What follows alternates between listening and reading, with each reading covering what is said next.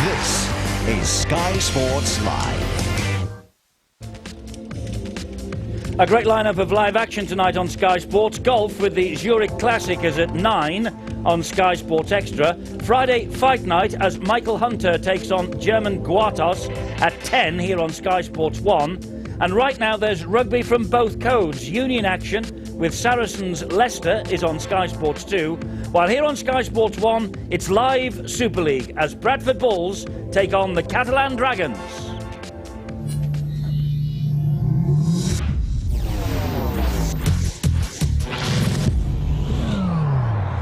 The Super League on Sky Sports in association with Stan James, the sports bookmaker, whatever your sport.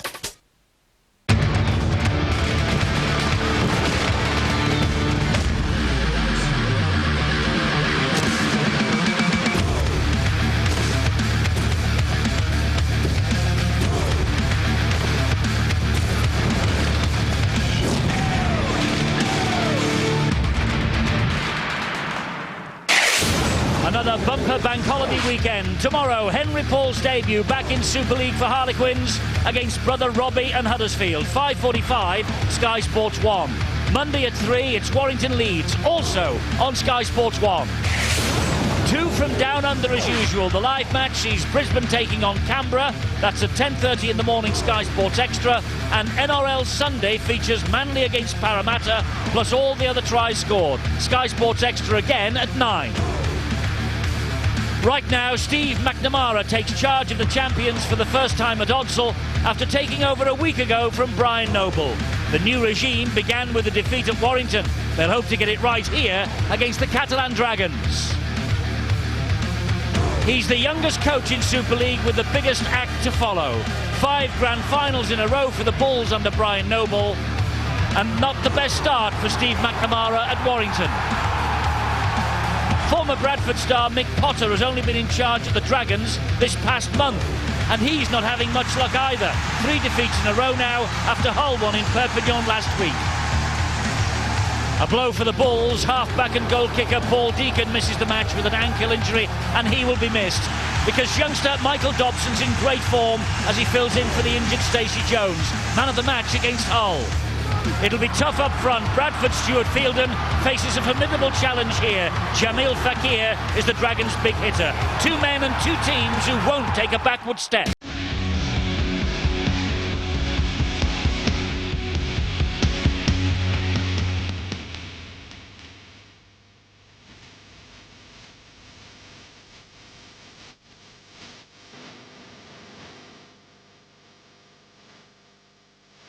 Stanley G, first try!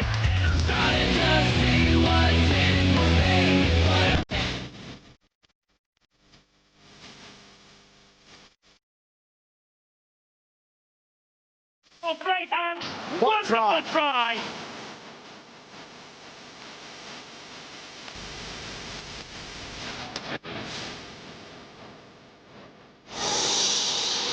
We've reached round 12 already, and St Helens continue to set a blistering pace at the top. Can they go through the season unbeaten?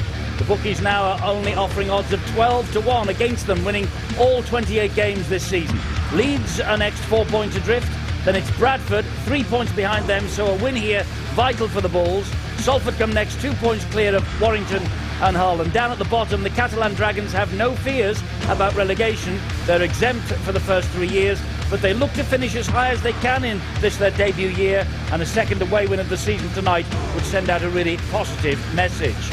Well, the Saints are in action tonight as well. There's no Jamie Lyon as they entertain the Wildcats, aiming to keep their run going. Score updates coming throughout the night.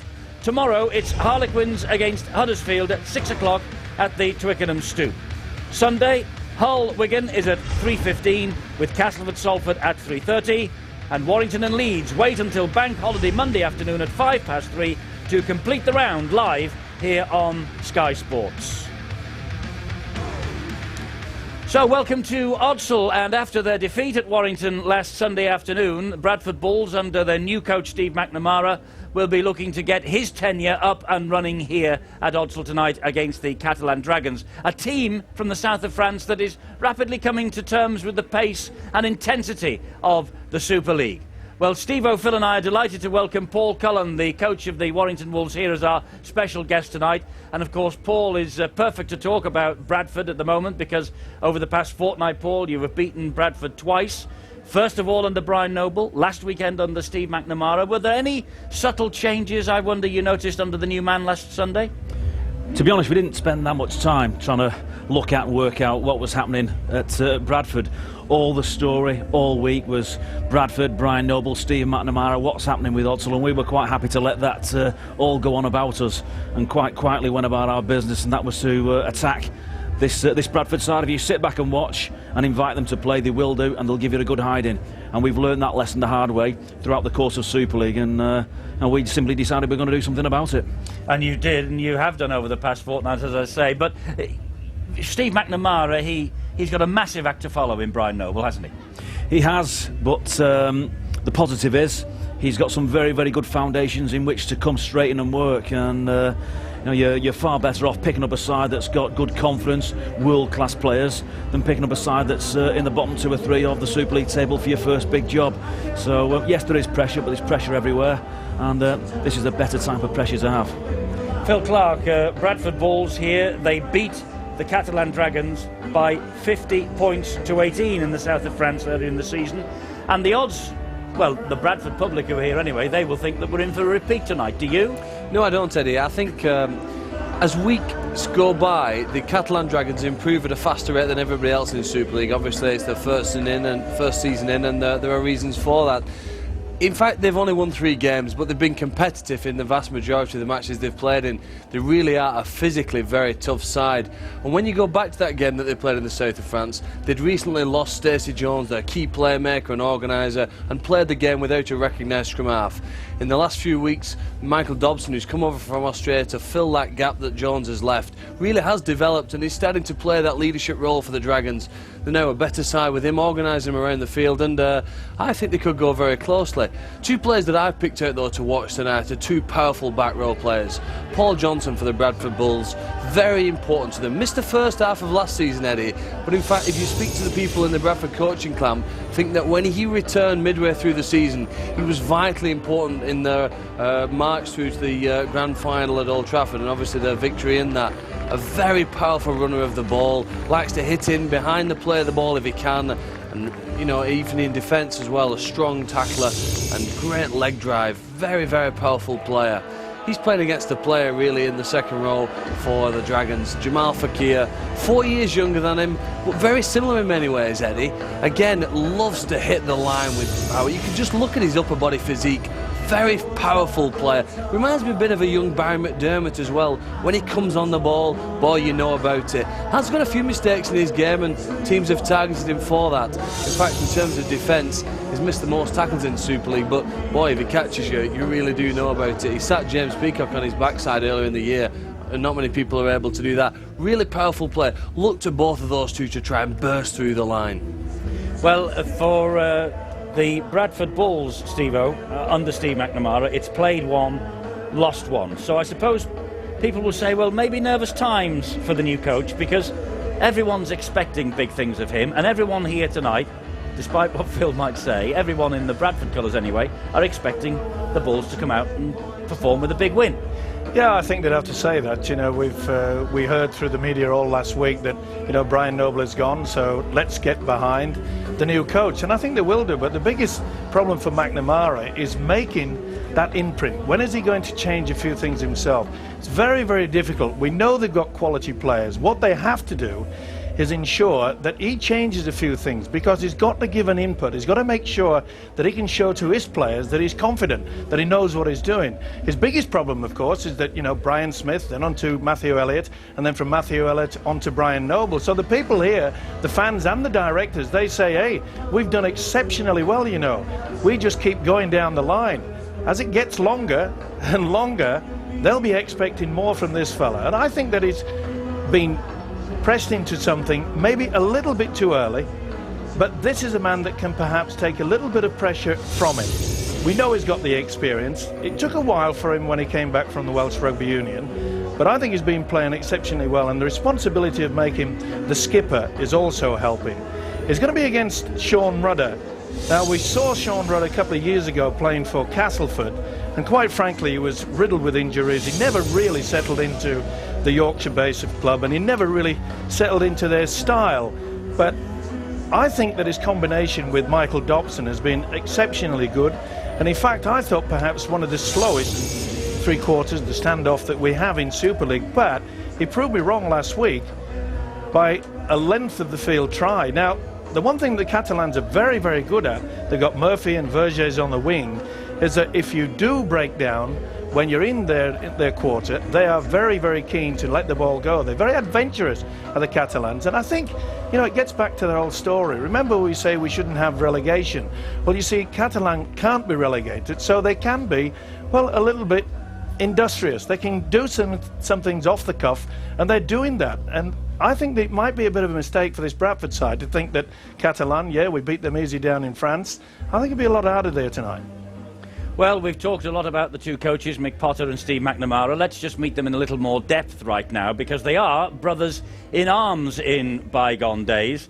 And here now, Angela Powers will tell us more, because there is another link to these two as well.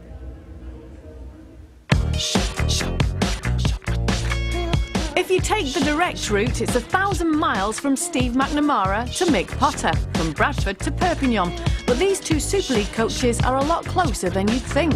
You see, Steve used to be a player at Bradford under the tutelage of one Matthew Elliott, and Elliott's assistant was none other than the Catalans' boss, Mick Potter.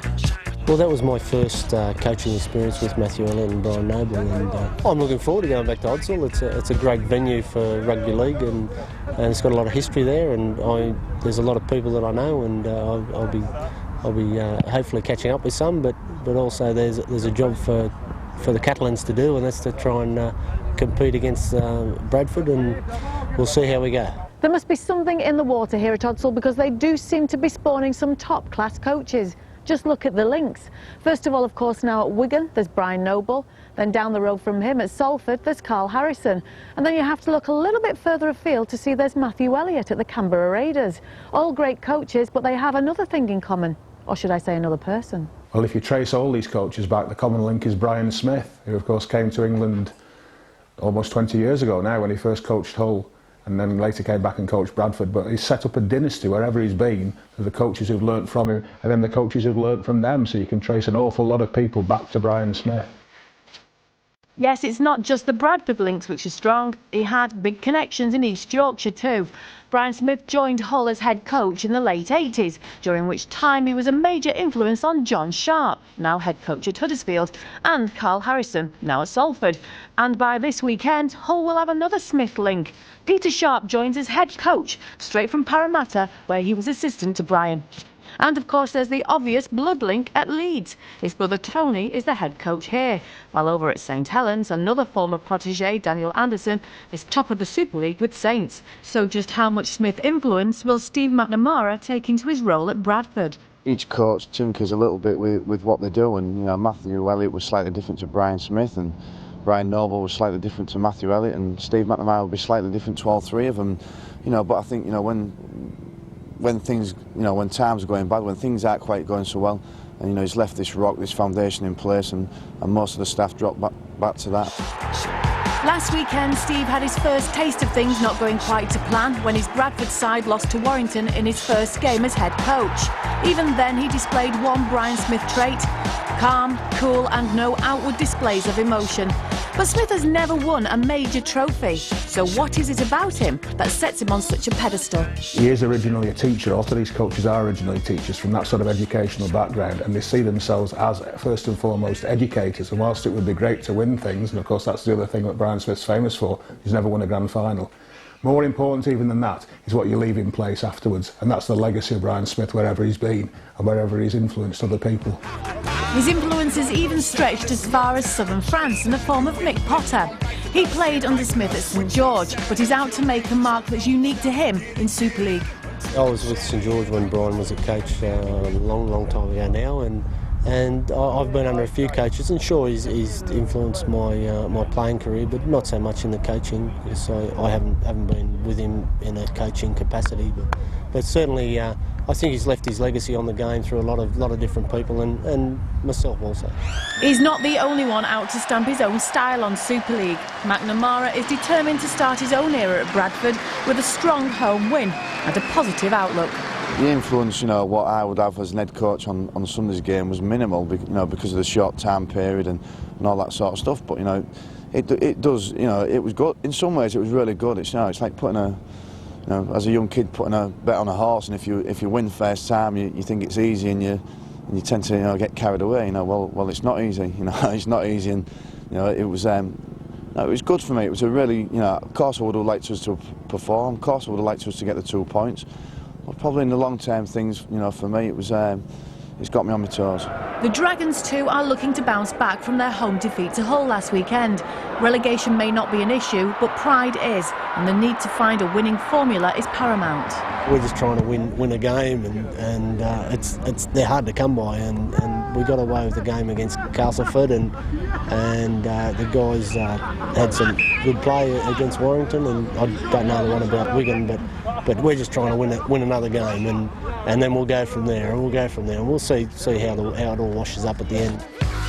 There will be a lot more twists and turns to come in Super League 11, and even though these coaches have plenty in common, it'll be the differences which count come finals time. Angela Powers reporting. Right, let's go outside now, and as usual here at Odsal, the atmosphere is building up. You'll be able to hear the music in the background as we join Bill Arthur on the sideline, who has a special guest with him, Bill. Thanks, Eddie. Yes, the atmosphere is building up. The Bradford Bulls supporters here in good number as usual, plus a little group of Catalan Dragon supporters with the blood and gold flag draped on the terraces. Just a few of them, but indicative of the way support is growing for the side. And the crowd's holding up in Perpignan, around 7,900 the average attendance for Grant Meyer's side. And Grant, you must be delighted with the way, despite the fact you haven't actually been winning the games, only the one win at home, that things are holding up. It's fantastic. It shows the level of support of rugby league generally is growing in France, and I think that the side will continue to learn on the field from what they've gone through so far, and I think rugby league's in a very good position now. Well, the ultimate accolade this week is the fact that L'Equipe, the newspaper, the sports newspaper of France, which really hasn't given that much attention to rugby à 13, has given you a whole page this week. Unheard of 12 months ago, and now to get a full page in a newspaper that has 1 million readers just speaks volume of the work that Bernard Gouache and Nicolas Lerat from the French Federation have done in regards to promoting rugby league in France. It's a great result for us. And the other headway you've made is the fact that USAP, the rugby union side, which is all powerful in Perpignan, which it's been a bit of a delicate relationship, but you have managed to convince people in Perpignan that the Dragons are worth supporting, and having had to take games elsewhere, you now have games in Perpignan. Absolutely. I think we've always taken the stance there's room for both us and for USAP in Perpignan. And I think over the last 7 or 8 home games, the locals have seen how important Super League can be for Perpignan, and we're very fortunate to say that 11 out of the 14 games will be played in Perpignan. Thanks very much indeed, Grant. The other news from the Dragons camp is that Stacey Jones isn't far away from fitness. Maybe not next week, possibly the week afterwards. He'll be back for the Dragons. And they will be delighted to see Stacey Jones as well. It'll be good to see him back in Super League. There is someone else that we can say welcome back to the game to right now, because Henry Paul has signed for Harlequins. And there he is on the far side, and there he is in his new strip that he will be wearing tomorrow night against Huddersfield down there at the Twickenham Stoop. You'll be able to see it with us here on Sky Sports. Harlequins against the Huddersfield Giants. It's a 5:45 start on Sky Sports 1 tomorrow night, and we'll be there for Henry Paul's debut against his younger brother Robbie, of course, who is starring for the Huddersfield Giants. It has grabbed quite a few headlines, the signing, and Steve-O, it's a great move for the Quins, both on and off the field. It's a statement.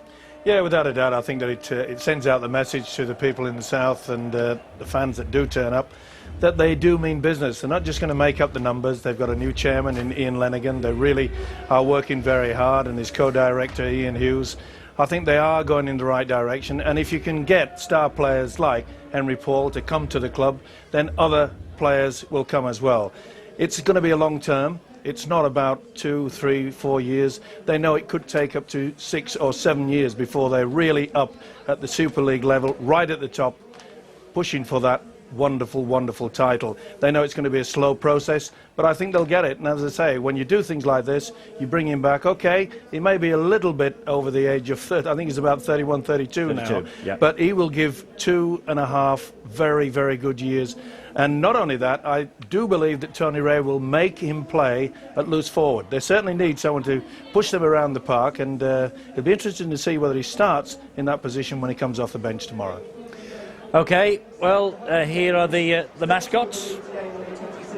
Is it? Oh, I don't know. Actually, I think Phil Clark's got the inside running on all this, because you study these things quite carefully, Phil, don't you?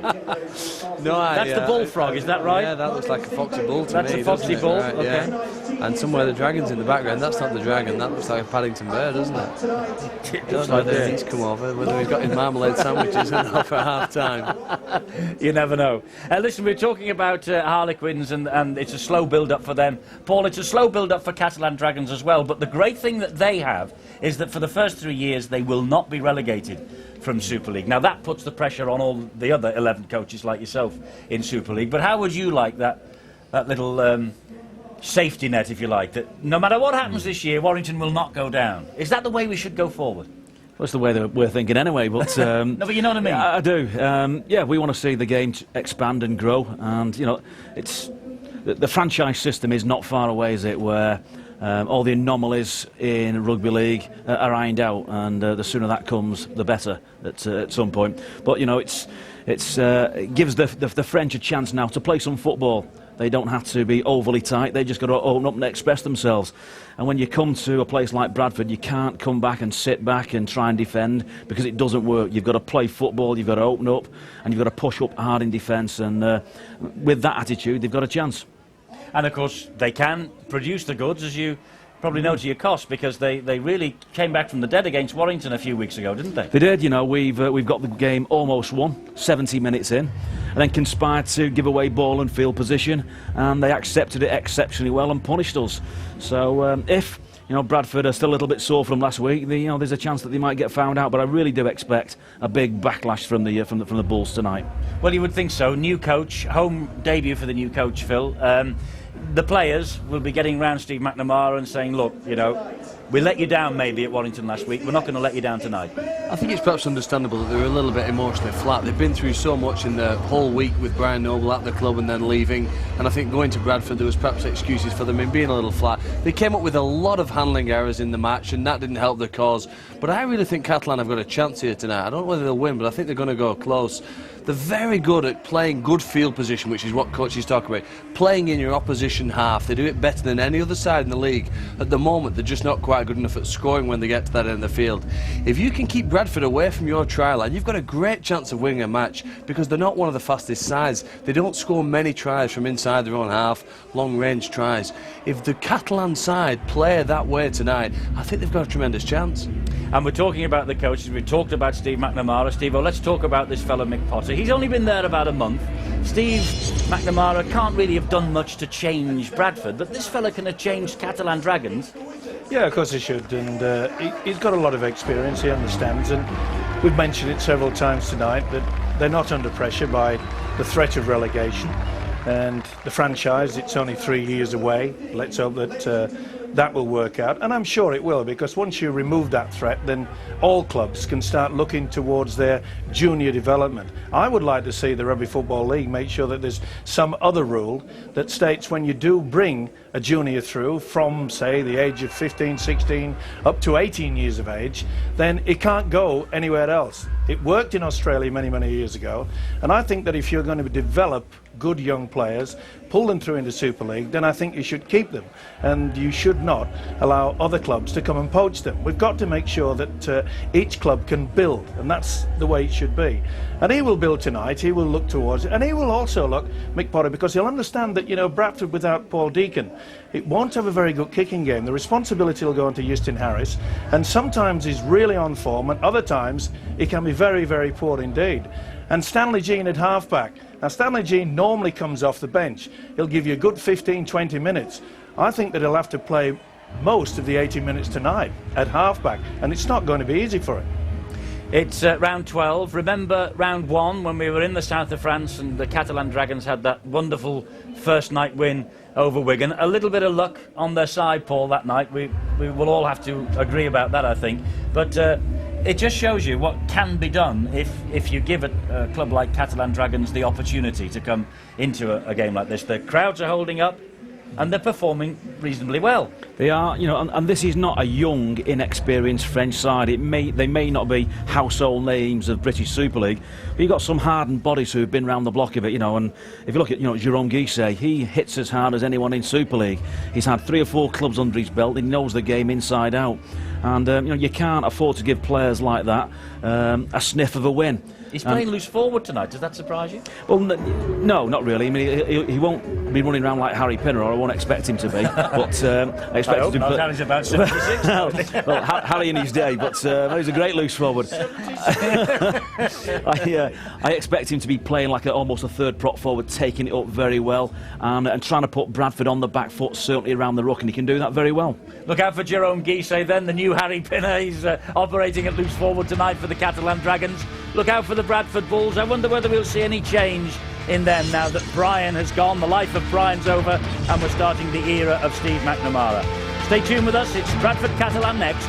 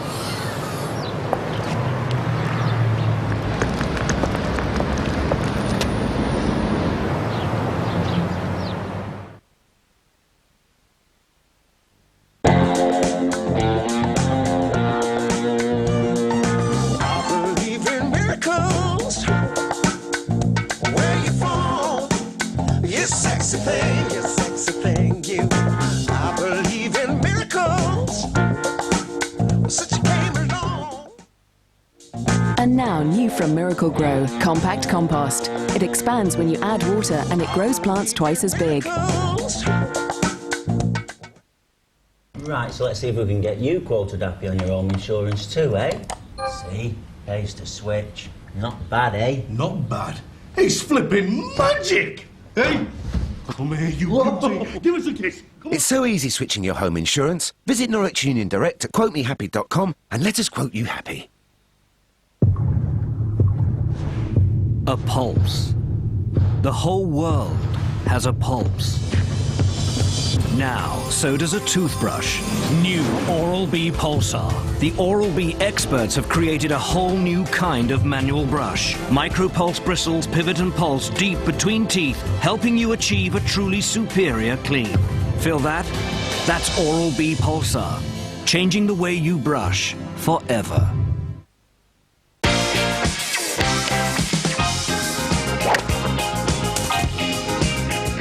Why settle for a credit card balance transfer of 0% that doesn't last long enough? Hit me!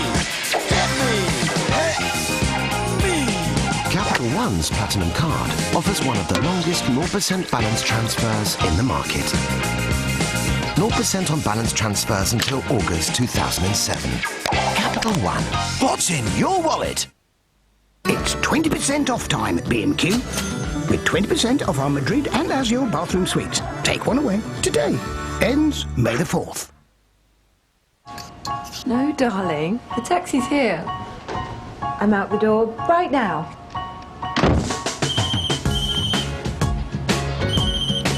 I'm stuck in traffic. Listen. Now I'm held up by roadworks. Why rush when the fresh and fruity fragrance of New Lenore in the Pink makes getting ready the best part of going out? New Lenore in the Pink. The pleasure's all yours.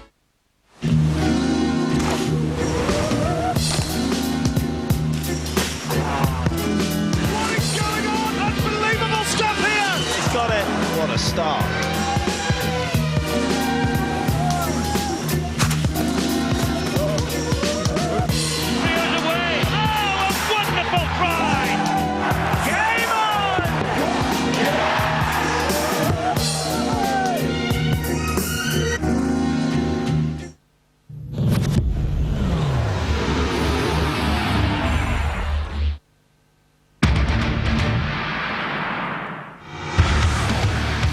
Super League Live on a Friday night here on Sky Sports. Bradford against the Catalan Dragons. The Bradford Bulls said farewell to Brian Noble here 10 days ago. It's the first home game for new man Steve McNamara against the team they beat 50 points to 18 on March the 4th. Catalan Dragons, though, arrive at Hodsall on the back of 3 successive defeats, and they've conceded 104 points in the process against Hull, St Helens and Harlequins. As you can see, a dull night here in West Yorkshire. Bradford have got Michael Withers at full-back. They've got Marcus Bye, Ben Harris, Shontaine Harpy and Leslie Vinacolo, the familiar three-quarter line.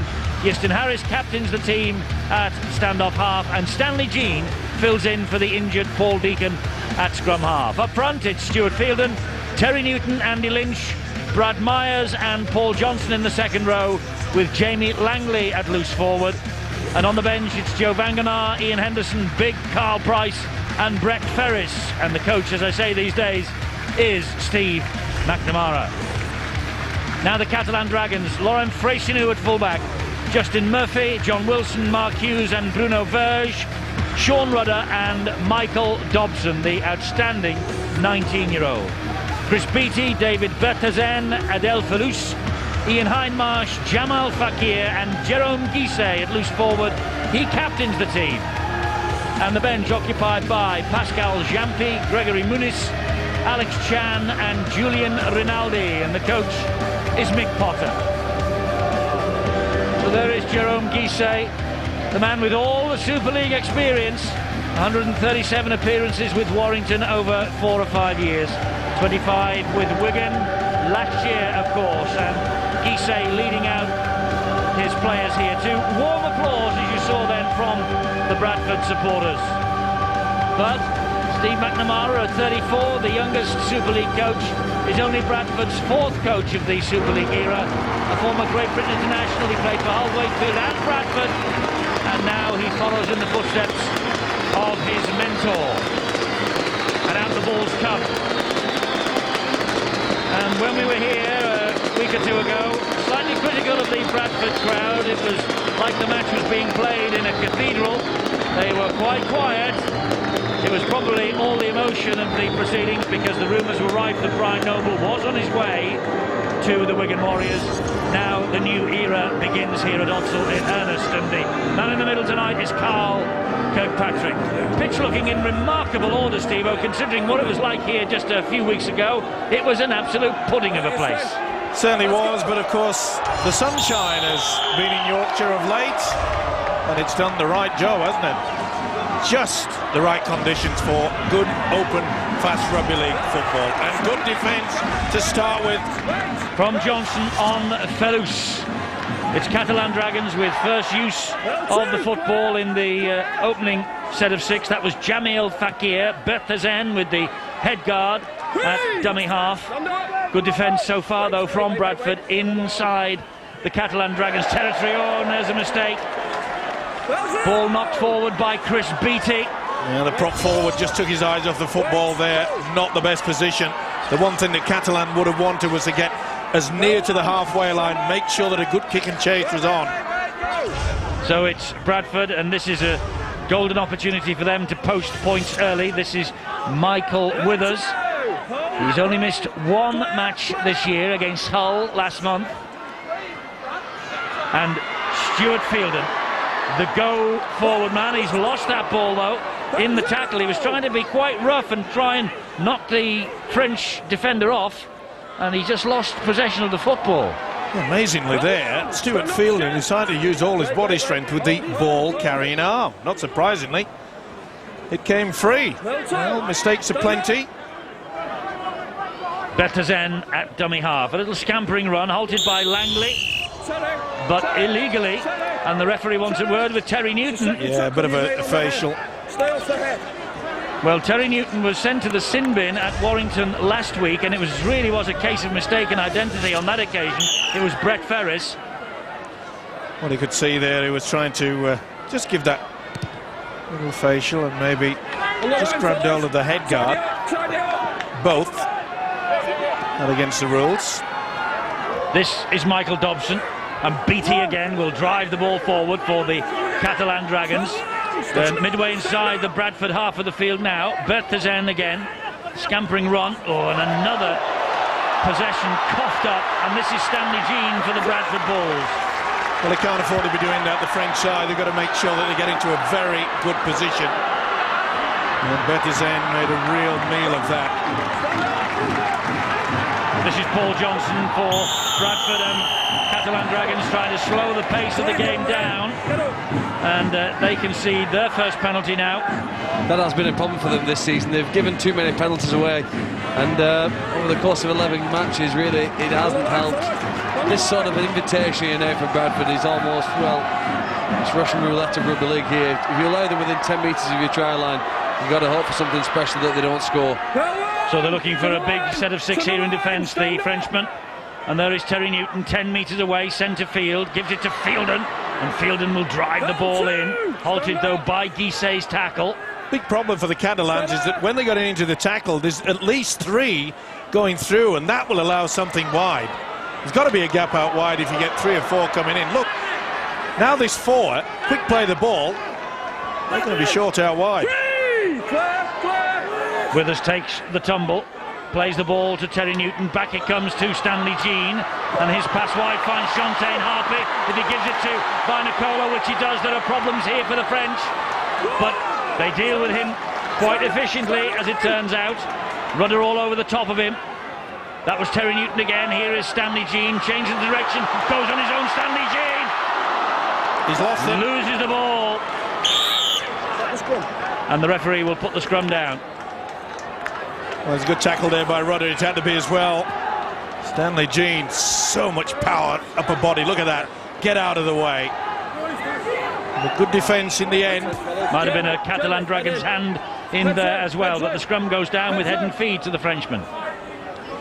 French working hard in scramble, always a good sign, because the Bradford Bulls can punish you if you give them some free ball, and the French have offered 1 or 2 gifts so far. I'm quite surprised that Big Leslie didn't power down that touchline, then he stepped back inside. It's exactly what the French needed, because their scramble hadn't quite got to that corner post. Well, I wonder whether the Catalan Dragons can hold on to this football for a completed set of 6. 4.5 minutes gone, still waiting for the first points of the night here at Odsal. Well, they're still going through a very... That ball's come free again. It's another knock on, and Chris Beattie is complaining the ball was taken out. Well, they're playing it very tight against the play the ball area. The hooker, Berthazen, is just taking 1 step and bringing it forward tight. When really, I don't see how they can try to match this big Bradford pack. Give it a bit of air. So here's another opportunity for Bradford, and now another penalty for offside. 5 metres. It's a scrappy opening to this match. Mistakes on both sides and a few penalties. I sense a try, Eddie, for the Bulls. They've started games better than everybody else. That first 10 minutes, they do devastate their opponents. Quick starters, there's a try coming here in this set. Here's Chantain Harpy. Important tackle made. Saints are 6-0 up against Wakefield at Knowsley Road, aiming to maintain their 100% start to the season. This, meanwhile, is with us. That was forward. That was forward, but Marcus Pye will touch it down. Surely he's not going to give this. Oh, yes, he is. Oh, that is, well, nothing short of a disgrace. That was dipping way in front. Marcus Pye comes up with a try in each of the last 3, and in 5 of the last 6 in the League and Cup. His try in Perpignan in the win earlier in the year was his 50th try in the British game. Well, there's an element of doubt about this. It certainly was there, but I've got to give them credit. They know how to create the overlap. Say that the winger was nowhere to be seen, but I'm afraid the final pass, as you can see here from Withers, that really was forward as far as I'm concerned. They'll go on to the debate about, I mean, he had to reach forward to it. Fully deserved it. Good hard work from one side. The player's hands are a good indication now, Steve. Is that what the referee and touches look at? His hands, which direction they're facing? Well, I don't think they looked at it then. They missed it that time. Justin Harris to try and add the extras, which he does. And the Bradford Bulls lead here by 6 points to 0. Well, Marcus Bai, he was quick enough down the wing, but I know the ball, purely and simply because of physics, has to travel in an almost forward motion, and we've come to the momentum business, but wow, that looked forward. Eddie again, inside 10 metres from the opponent's line. Bradford have scored 29 tries now out of a total 54. That's amazing. That is by far the best of any team in Super League. And you've got to credit the skill there. To pass the ball from one wing to the other, it takes some doing. The discipline of Bai to stay patiently on his wing, knowing the ball's going to come to him, waiting for that overlap and taking his chance when it came. Great play from the Bulls.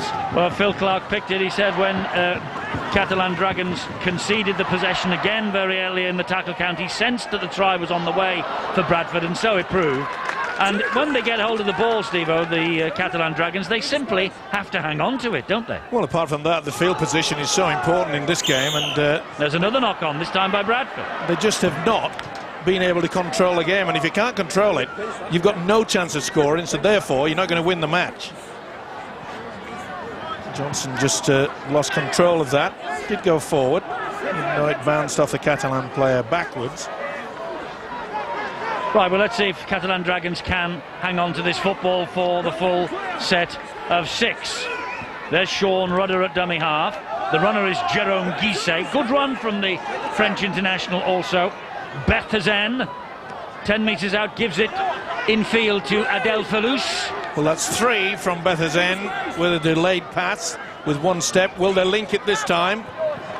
This is the big fellow, Jamal Fakir, gets the ball away. Does brilliantly, actually, finds Rudder. Rudder, a high pass into the arms of John Wilson. Good defence from Shontaine Harpy. And now it's with Rudder again. Kick to the in-goal area. And well claimed in the in-goal area by Ben Harris. Ben Harris. Very well there, Eddie, mainly due to the fact he realised that it come from the field of play, so therefore had the wits to make sure he got into and over that whitewash. Great play by the centre. This is Justin Harris. Referee shouted the Catalan Dragons to stand square, and they weren't, so that's why another penalty is given. Well, they must be driving their new coach, Mick Potter, absolutely crazy. The first time that they've been able to just make sure they get a one-line of defence against them, maybe apply the pressure to the Bulls, and they just give it away. Bradford Bulls have got the best home record in Super League, winning 116 of 138 at Odsal Valley Parade, losing only 20 times, and I wonder whether that will be anything that will play on the mind of the British press tonight as they adjudge their man of the match. Dave Hatfield will be their spokesman. We'll be looking tonight as this game wears on for how well Bradford can compensate for the absence of Paul Deacon at scrum half. Stanley Jean's played all sorts of roles for him since arriving here, to good effect, but starting at half-back's a different proposition. Stuart Fielding, of course, has been outstanding in the pack lately, and having Brad Myers back is a good bonus for him. Jamal Fakir's been the eye-catching French player for the Catalans, but the former Michael Dobson since he arrived, that's also been terrific, and we're interested to see how he stands up to this examination here. Trace Noose was the man who dropped on the ball that was dribbled through by Stanley Jean. This, meanwhile, is Bruno Verge. That was interesting there, Eddie. The kick actually hit the official. He allowed it to play on. It did just put off Fressineau, the full-back, ricocheted away. Is that a new move that's been brought into the Bradford camp from new coach Steve McNamara? Aim at the official. Referee has said this is the last tackle for the Catalan Dragons. He's gone a bit early. This is Michael Withers for Bradford. Beat Leeds and Huddersfield over Easter Bradford, then lost to Warrington last Sunday in McNamara's first match in charge. We shouldn't judge him too early, though. The defeat came at the end of that very emotional week for Bradford. And here they are now in the shape of Jamie Langley, and it's opened up for Langley. Leslie Vinacolo drops the ball. and the referee will put the scrum. Well, how many mistakes is that from either side in the opening 11.5 minutes here? Amazing. Jamie Langley did everything correct. Knew that the cover was coming across, back on the inside. Vainikolo was in a great position just to get eyes of the football. Heads in. Well, maybe they're trying to impress too much. What say you, Paul Cullen? Good scramble from the French. Leslie did take his eye off the ball, but there were two French defenders in the middle there. Looks like there's been a steal, and possession's gone the other way. Yes, Bradford have it back. Here is Andy Lynch. He offloads the ball to Euston Harris. He finds Brad Myers. Myers shrugs away one, shrugs away two.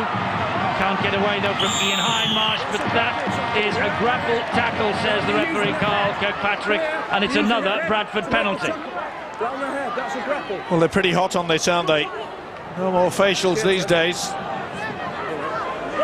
Won't be long before all the rugby league players are looking quite pretty, Eddie. Euston Harris floats it wide, finds Michael Withers. And Withers attacking them down that right-hand side again. Good defence needed from Mark Hughes and also Bruno Verge, and it was there. But it just seems like at the moment that Catalan Dragons are delaying the inevitable here. It's Andy Lynch. Well, again, they're trying to slow everything down, just to turtle the Bradford player with a ball. It's Stanley Jean for Bradford. Dabs the ball towards the corner. Picked up by Laurent Freycinou, who goes down in the tackle from Jean.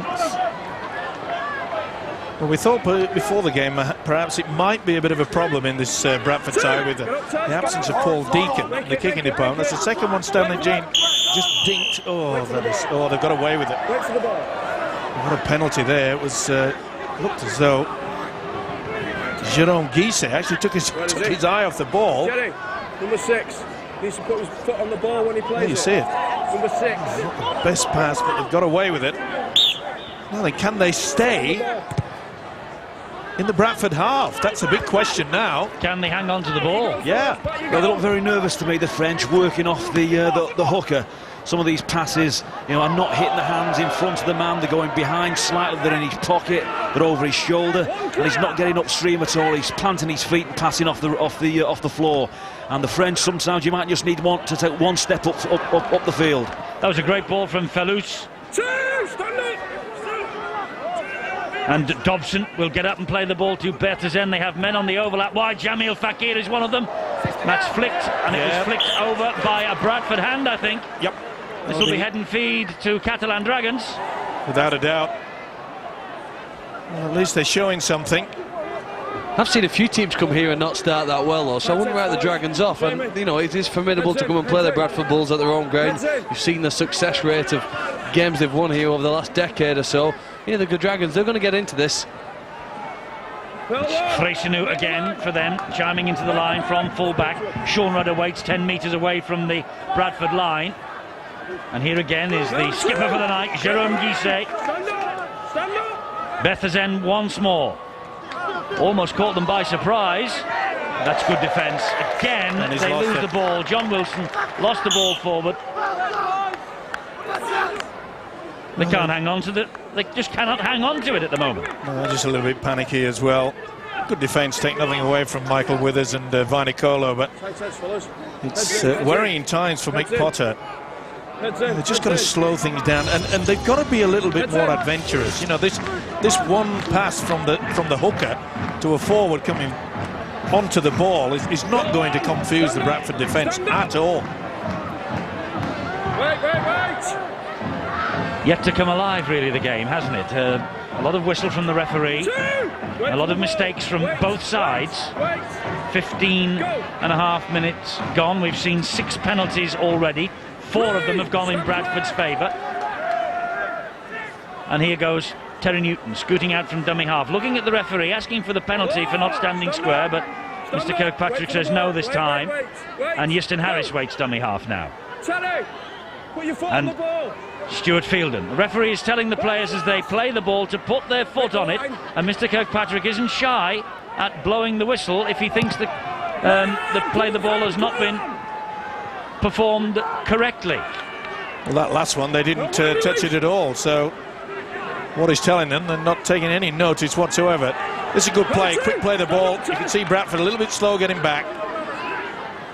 Some good movement from the French, some good field position. and field position they deserved. It was a good set in defence, forced Bradford to kick from their own 40. Wasn't the longest of kicks. They've now found, goodness me, the ball's on the floor again.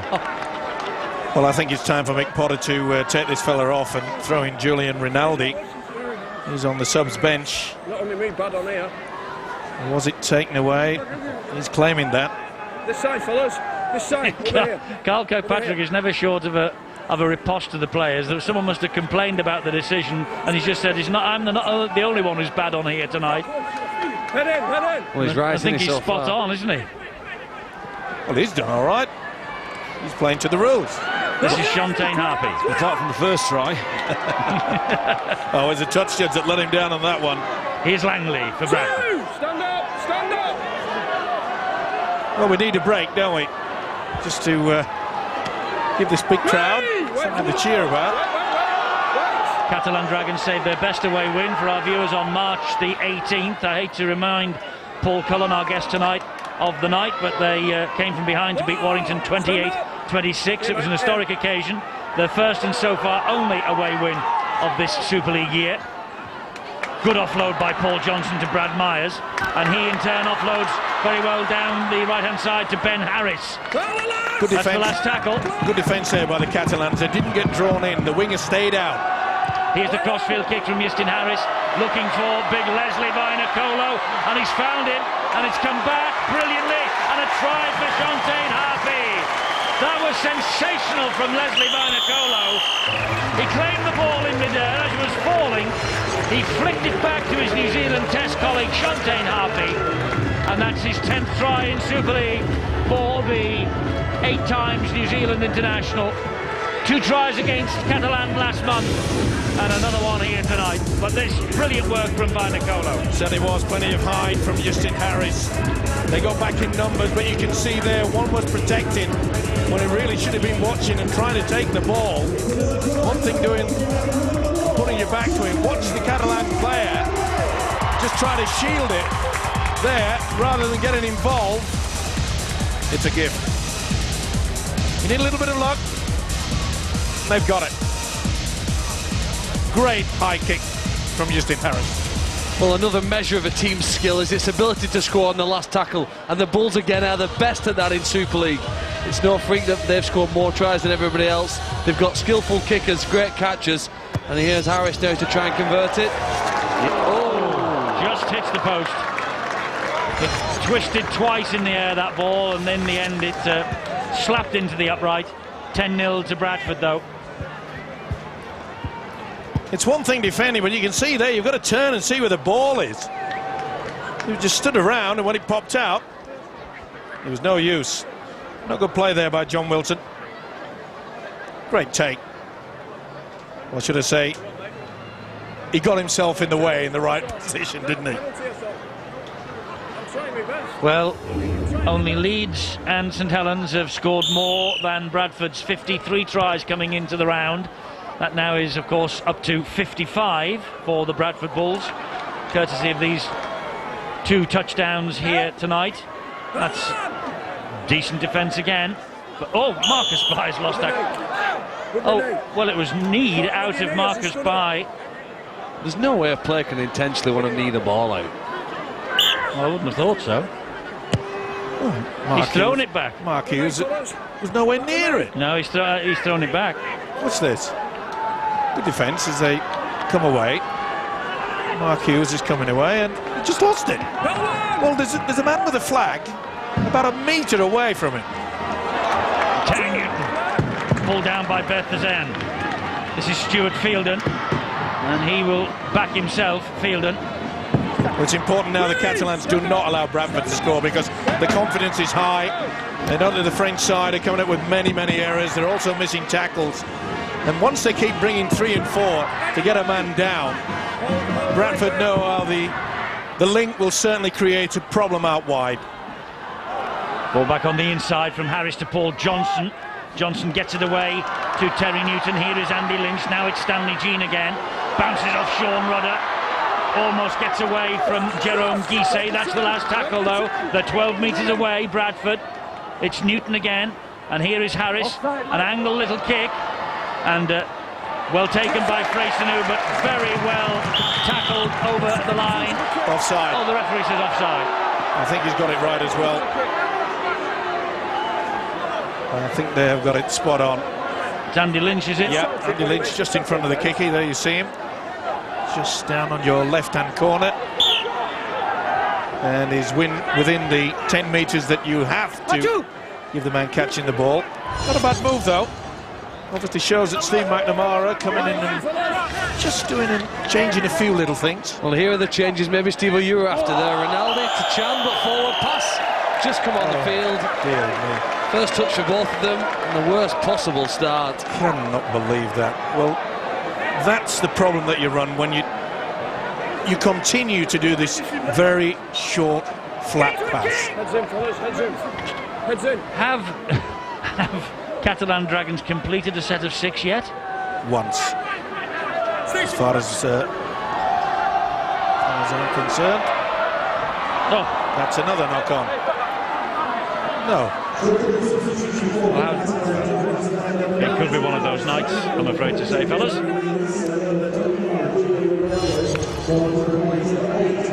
Well, there are times when you would like to say, turn the clock back and let's start again. Well, Bradford wouldn't want to do that. They're 10 off. Oh, I realise that, but...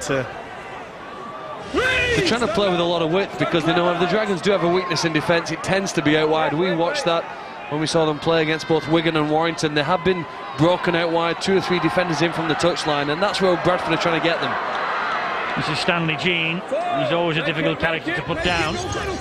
Another problem that they have as well, the centres usually come in on an angle, and if you breach them, bring someone back on the inside, there's usually a wider gap just outside in the centre area. Terry Newton finds Justin Harris, kick over the top. Oh, it's going to bounce nicely for Marcus Pai. He has support from Ben Harris, and Ben Harris will go over the line for the 3rd Bradford Bulls try. It was simplicity itself. The kick wide, on the bounce, picked up, flicked inside. There was no defenders at home, and Ben Harris, who adds to his try against the Catalan Dragons in Catalonia in March in the 50 points to 18 win. He registers try number 6 of the season for him and stretches the Bradford lead. Completely out of position. Very poor, shows the inexperience, and I'm afraid the Bulls are running riot. Justin Harris controlling things there, and that was not good. Bruno Vergès was in no man's land. Marcus Pai wasn't, and neither was Ben Harris. Easy. Justin Harris, he's starting to spray this ball around with his foot like Ronaldinho out there at the moment. He's kicking it wherever he sees a gap, isn't it? He saw the winger Vergès out of position, and what a kick. Really is a talented kicker of the ball, Justin Harris, and his vision to go with that is what makes him so good. 16-0, the Bradford Bulls lead, and signs not good for the Catalan Dragons, but Mick Potter will have to tell his players to hold on to the ball, for goodness sake. Well, they're just not applying any pressure, and that is the biggest problem in any side, especially when you come here to Wattsall. They know this ground inside out. The kicking's been very, very good. We don't know whether Catalans have a kicking game because they haven't got to that position yet. Here's Big Joe Banganar. Rinaldi did well, got to him with Alex Chan. Newton. Muniz and Fakir and Rinaldi. Ball comes free to play on. That's a mile forward and then knocked on by Andy Lynch. Well, the officials haven't missed that one. The Dragons have worked hard enough in defence here to keep themselves in this game. At 16 points to 0, they've still got a chance. Mistake now from the Bulls, from a kick-off inside the Bradford half here. Catalan still just about in this game, Eddie, after 25 minutes, probably the worst 25 minutes of the season. From the base of the scrum, it is with John Wilson. He plays the ball to Sean Rudder. Now it's Jamal Fakir. We've seen no adventure from this Catalan side, and yet, throughout this year, they've produced some fantastic rugby league football, and yet, it's as though they're very subdued. Rinaldi gets the ball in field. It's Alex Chan. Chan to Rinaldi again. Here is Michael Dobson. See nothing of him so far. Guisset on the run, halted by 3 defenders. The ball comes out to Rudder. Chances here for Rudder. Flick pass to Rinaldi, and a good job that the reinforcements were there in the shape of Andy Lynch again. And a drive to the line by Jerome Guisset. Just get it down. Couldn't get the ball down. So they bring it back to the 10-metre mark on the last tackle. Tackle count will continue. They've got to make sure, the Catalans, now that they get a little dink into the in-goal area and do not give it away. Well, they're going for broke. Oh! And they're going to get the extra set of 6. Well, this is... Can they do a fast? What? Knock on in goal, 20-metre tap. Yep. Well, that was quite farcical, wasn't it? Yeah, definitely touched there.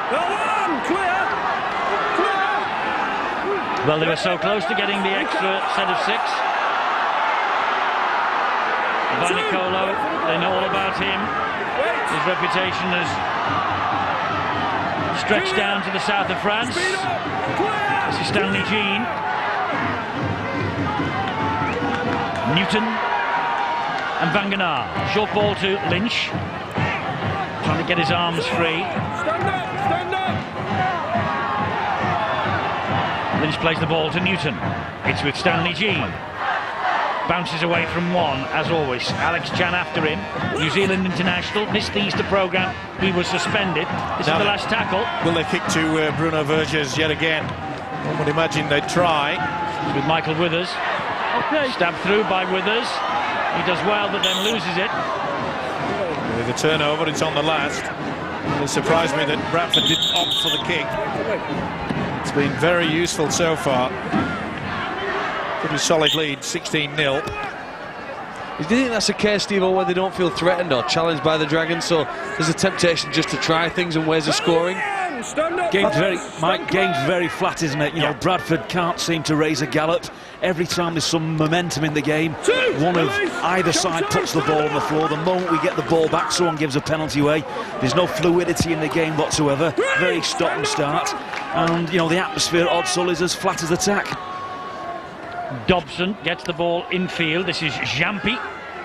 Mick Potter has made a few changes in this first half to try and reorganise things. Well, again, they're just consistently going for that very short pass, and you know, they haven't put any pressure on Bradford's defence whatsoever, and this may be the first time. It's bounced. It has. Flick back. Now then, well, they've touched down. Ian Hindmarsh has touched down, but how did the ball come back? How did the ball come back? Was it dead in goal before it was flicked back? Well, it bounces up. Yes. No, his foot's on the line. Tried his best though, didn't he?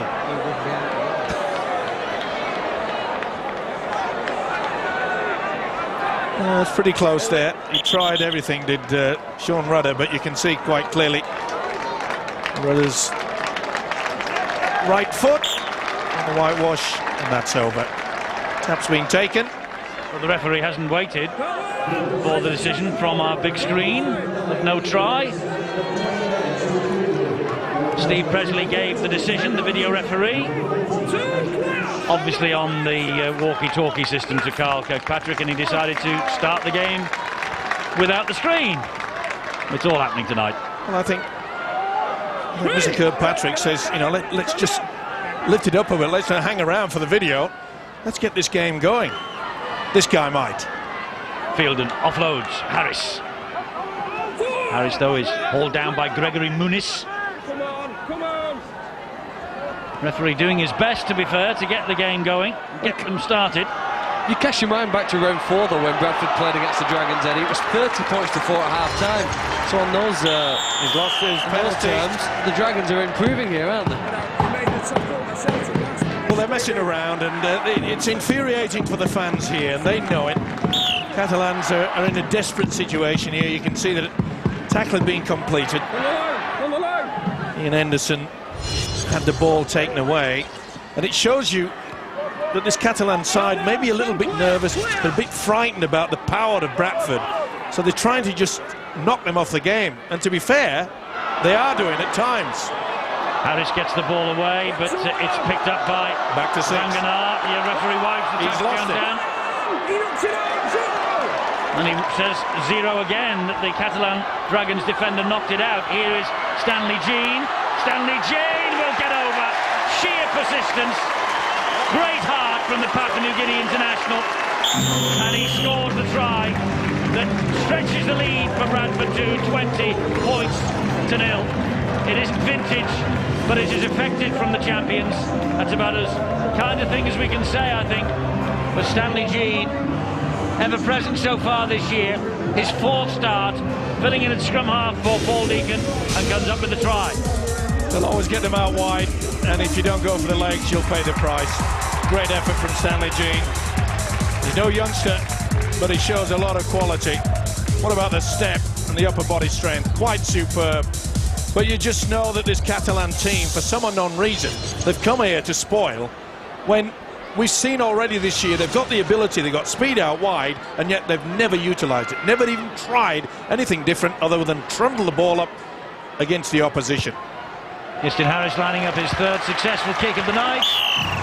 22 points to 0 to the Bradford Bulls. It would be unkind to say they have hardly broken sweat yet,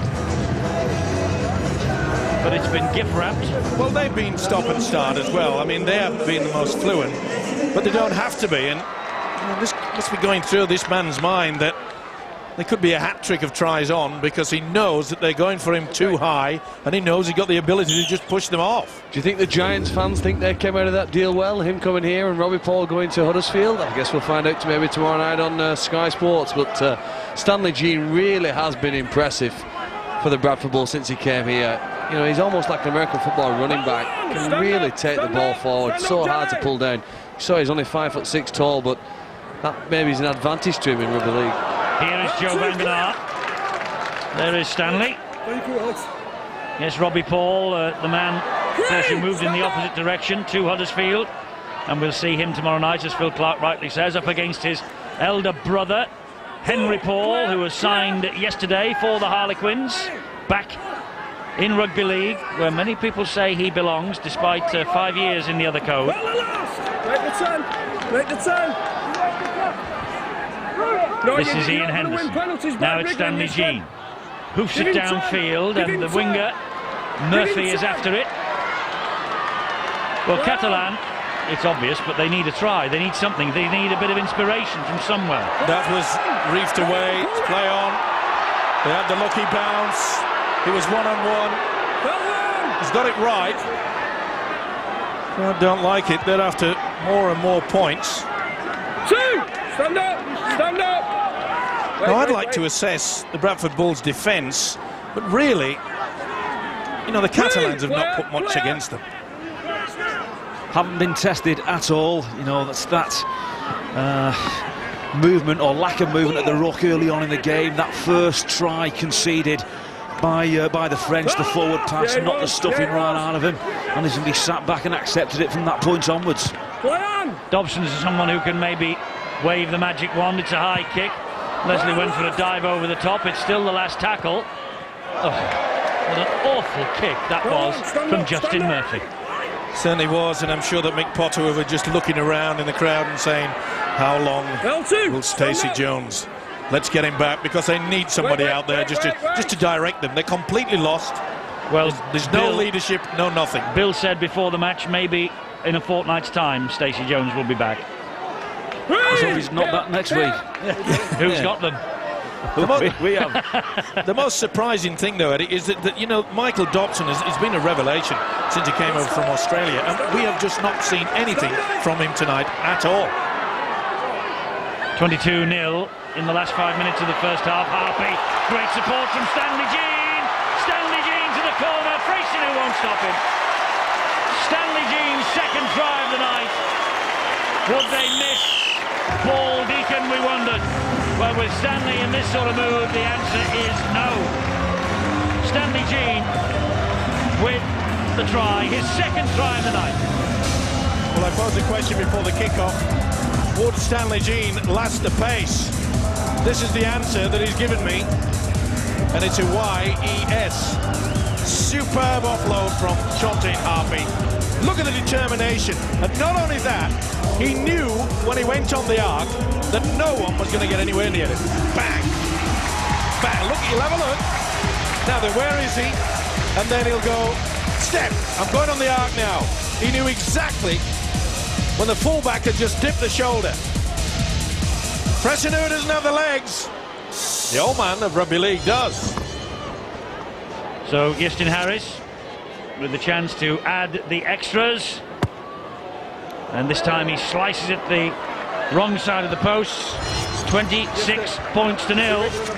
Bradford in complete control.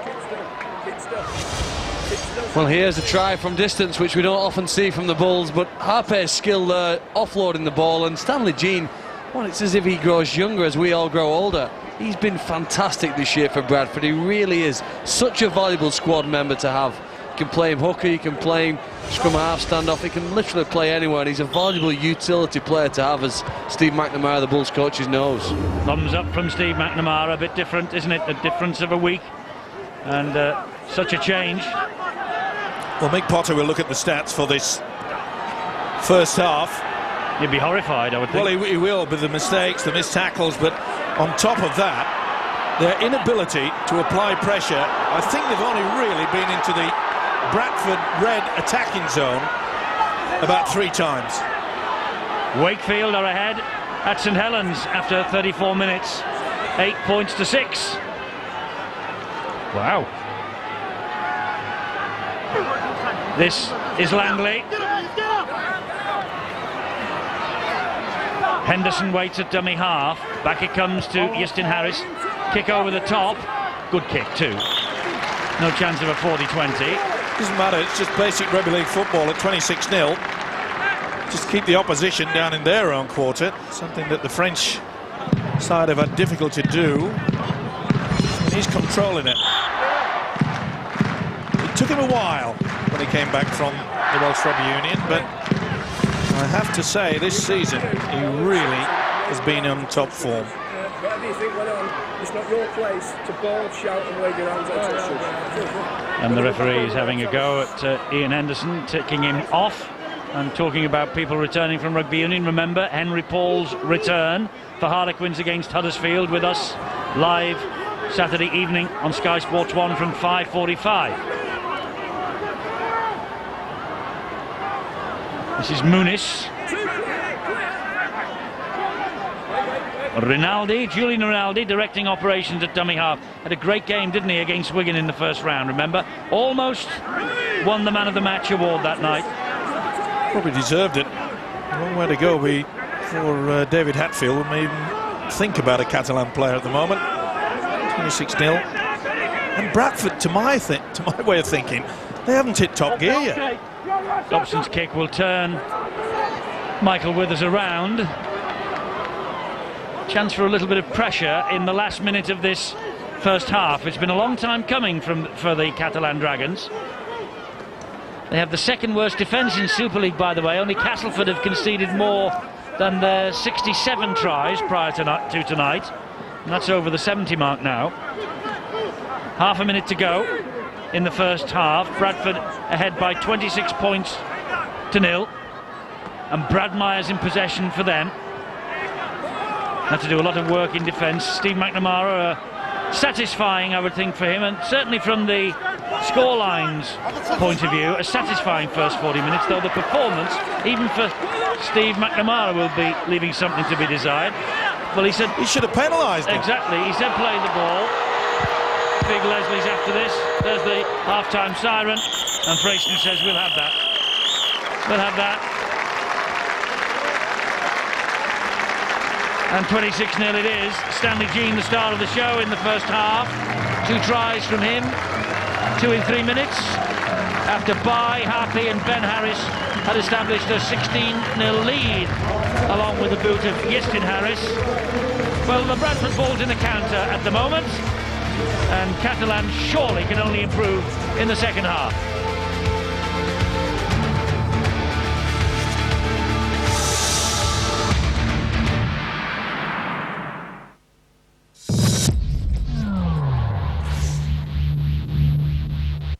Chelsea, just 1 point away from winning back-to-back titles, This guy is unbelievable. are planning a party at the bridge. Wild scenes of celebration. But look who's invited.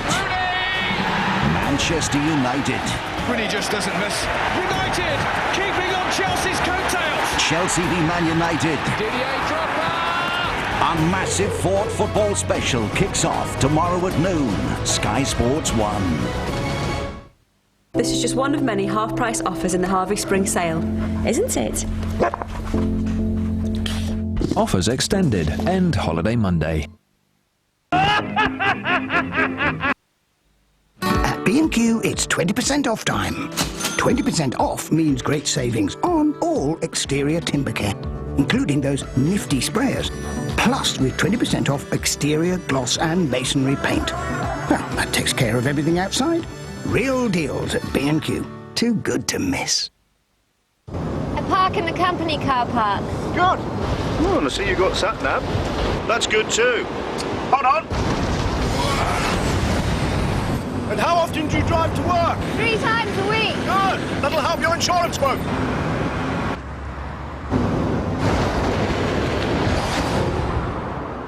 See how much an RAC motor quota could save you. For a tailored quote, visit rac.co.uk/motorquota. So happy, today's the day, and things will turn around. So keep your head up. Things are alright. So keep your head up. Moto Sliver. Beautifully thin. Hello, Moto.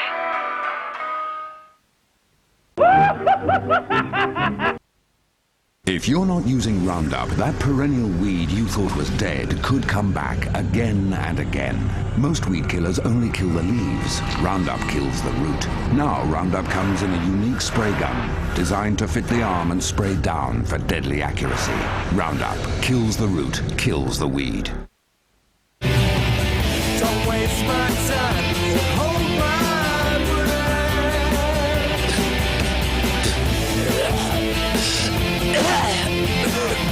Don't let your hair get in the way of the music. Shockwave sponsors the Enemy Awards 2006. Get 20% off at Debenhams when you collect 2 different tokens from the Daily Mail.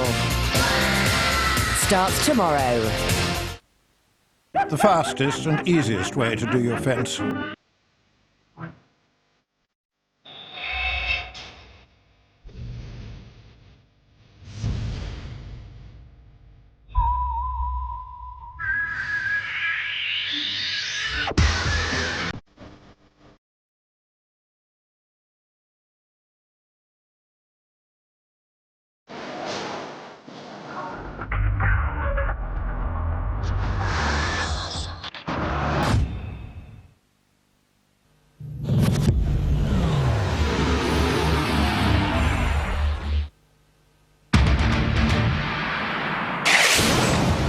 Another bumper bank holiday weekend's on the way. Tomorrow, Henry Paul's debut back in Super League for Harlequins against Huddersfield.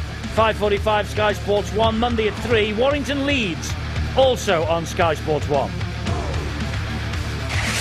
And from the NRL, 2 as usual. The live match sees Brisbane taking on Canberra. That's 10:30 in the morning, Sky Sports Extra. NRL Sunday features Manly Parramatta. We also have all the other tries scored, of course. Sky Sports Extra again at 9. We've just been debating whether we've seen in the 15 years that we've been on the air a worse first 40 minutes than this, and that is being a bit unkind really to Bradford Bulls with a 26-0 scoreline in their favour, but Catalan have been absolutely awful. And Steve McNamara, well, he'd be happy enough with the scoreline, 26-0. He won't be happy with the way his team have played, but it has been that sort of a match, hasn't it? Having a word. Now then, these statistics for Catalan will be interesting. They've been in possession 13 times, they've completed 4. That's unbelievable at this level. 14 missed tackles, 9 handling errors. It's been a lot more than that. Just the 1 break. 4 runs from dummy half. Not good. Not good, Catalan Dragons. Half-time report. They can do better. What's happening at St Helens at half-time? Good game by the looks of things. Saints 10, Wakefield 8. Half-time at Nosey Road as the league leaders aim to keep their 100% record bang on track.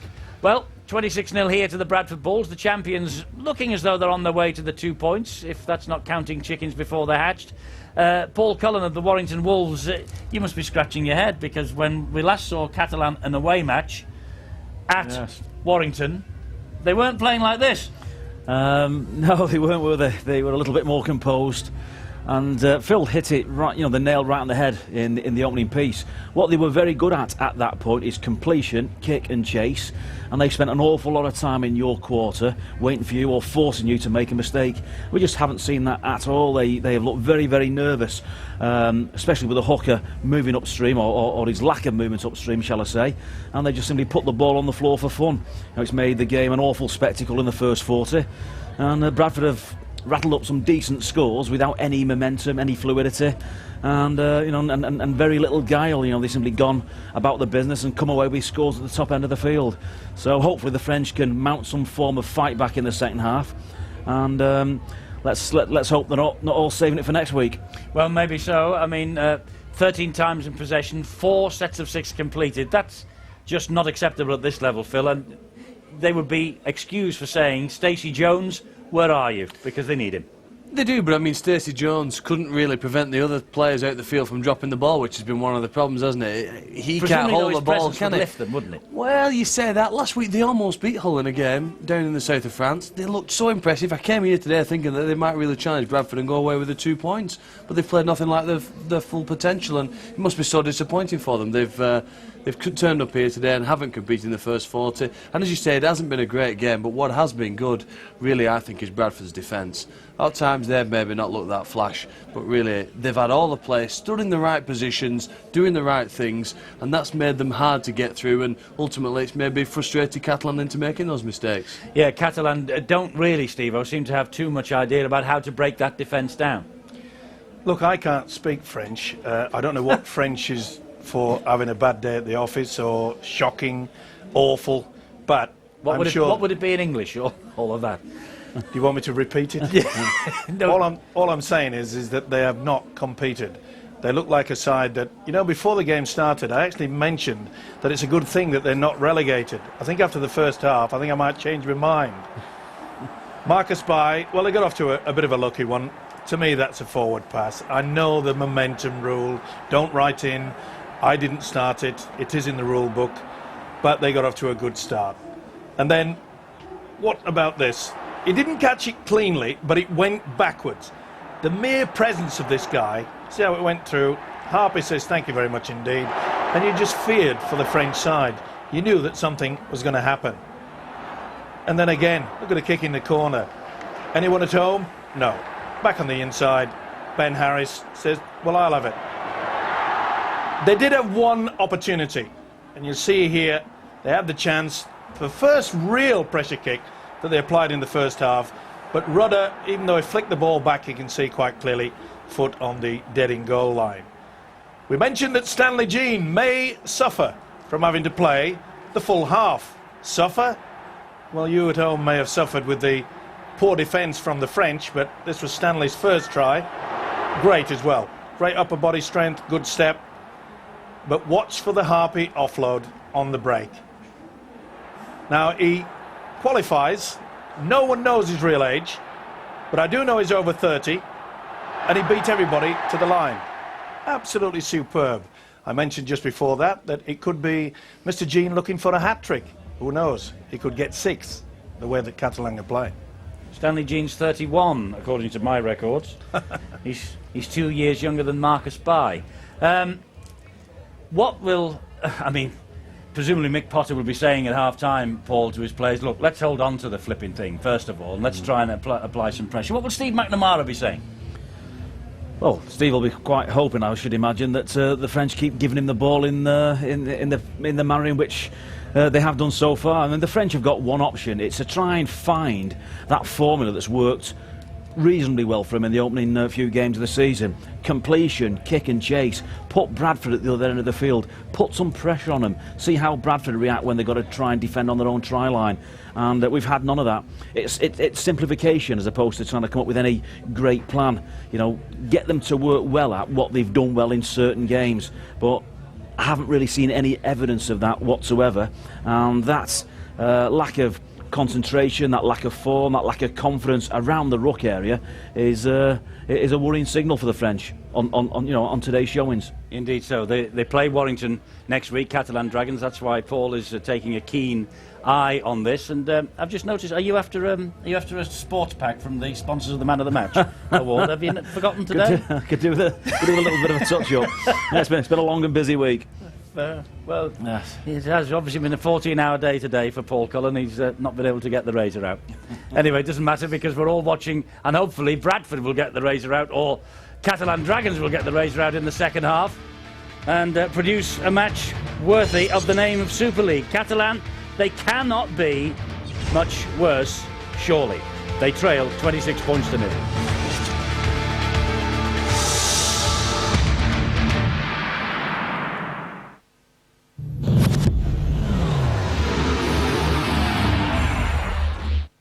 It's cat versus mouse.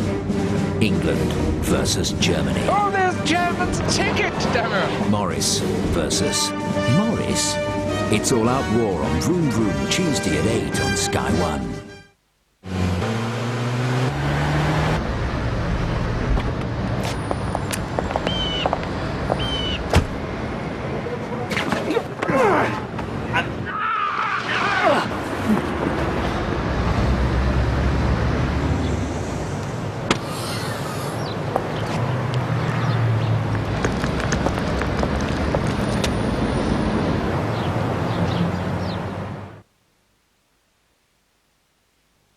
Toshiba M5235 with Intel Centrino mobile technology? Yeah, I looked at it on your website. I'm interested. I just don't want to end up lugging around a heavy laptop, and you can't tell how light it is online, can you? This is incredibly light. Watch, it doesn't float away. And it's widescreen. And you could walk away one right now. But at £499, they're selling fast. Right, I'll take one. With PC World, you can find it online, try it in store, and take it home that day. Online or in store, you've got the best of both worlds.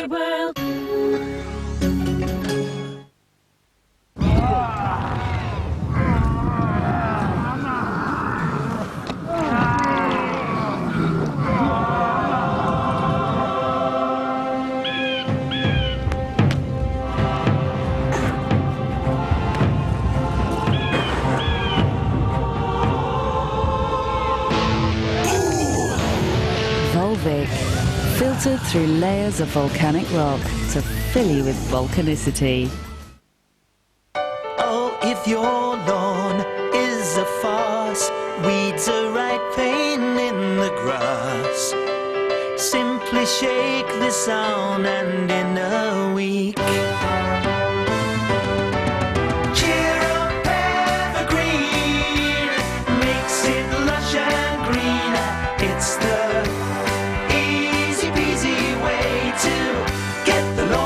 dreams. We all like to save money. Well, this new shaker-style kitchen could save you thousands. Beautiful walnut-style finish, elegant appliances, and an amazing attention to detail. And just look at this. Brilliant. Even these.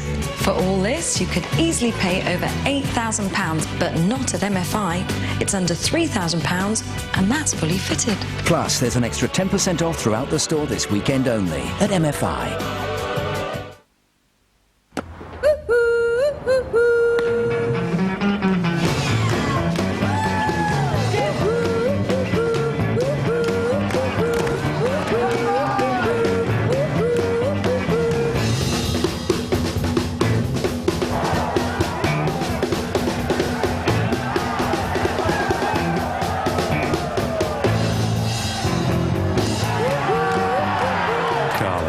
Spot on.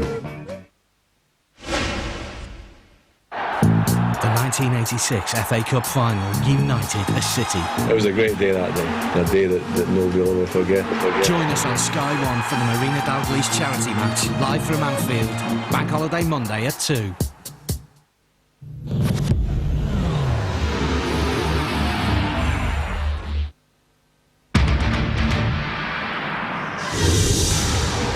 Following us here on Sky Sports 1 at 10. After the Super League, it's the Friday fight night. Michael Hunter taking on German Guatos. 10 o'clock start, Sky Sports 1. Just about to start the second half here. Bradford Bulls with the match in their pocket, 26 points to 0 against the men from Perpignan in the south of France, the Catalan Dragons. Catalan had the ball in hand 13 times in that first half, completed only 4 sets of 6. Surely they must improve in the second 40. We shall see. They're going to get us underway here. Laurent Freyssinou, their fullback, with a deep kick-off, and underneath it is Marcus Bai, and he will drive the ball forward. Nick Potter has won 3 of his first 7 games in charge of the Catalan Dragons. He played in 4 NRL Grand Finals, by the way, winning 2 with Canterbury, losing 2 with St George in his playing career, and he was an assistant coach here at Odsal under Matthew Elliott. This is Stuart Fielden, takes Rinaldi off his feet and over the 40-metre line.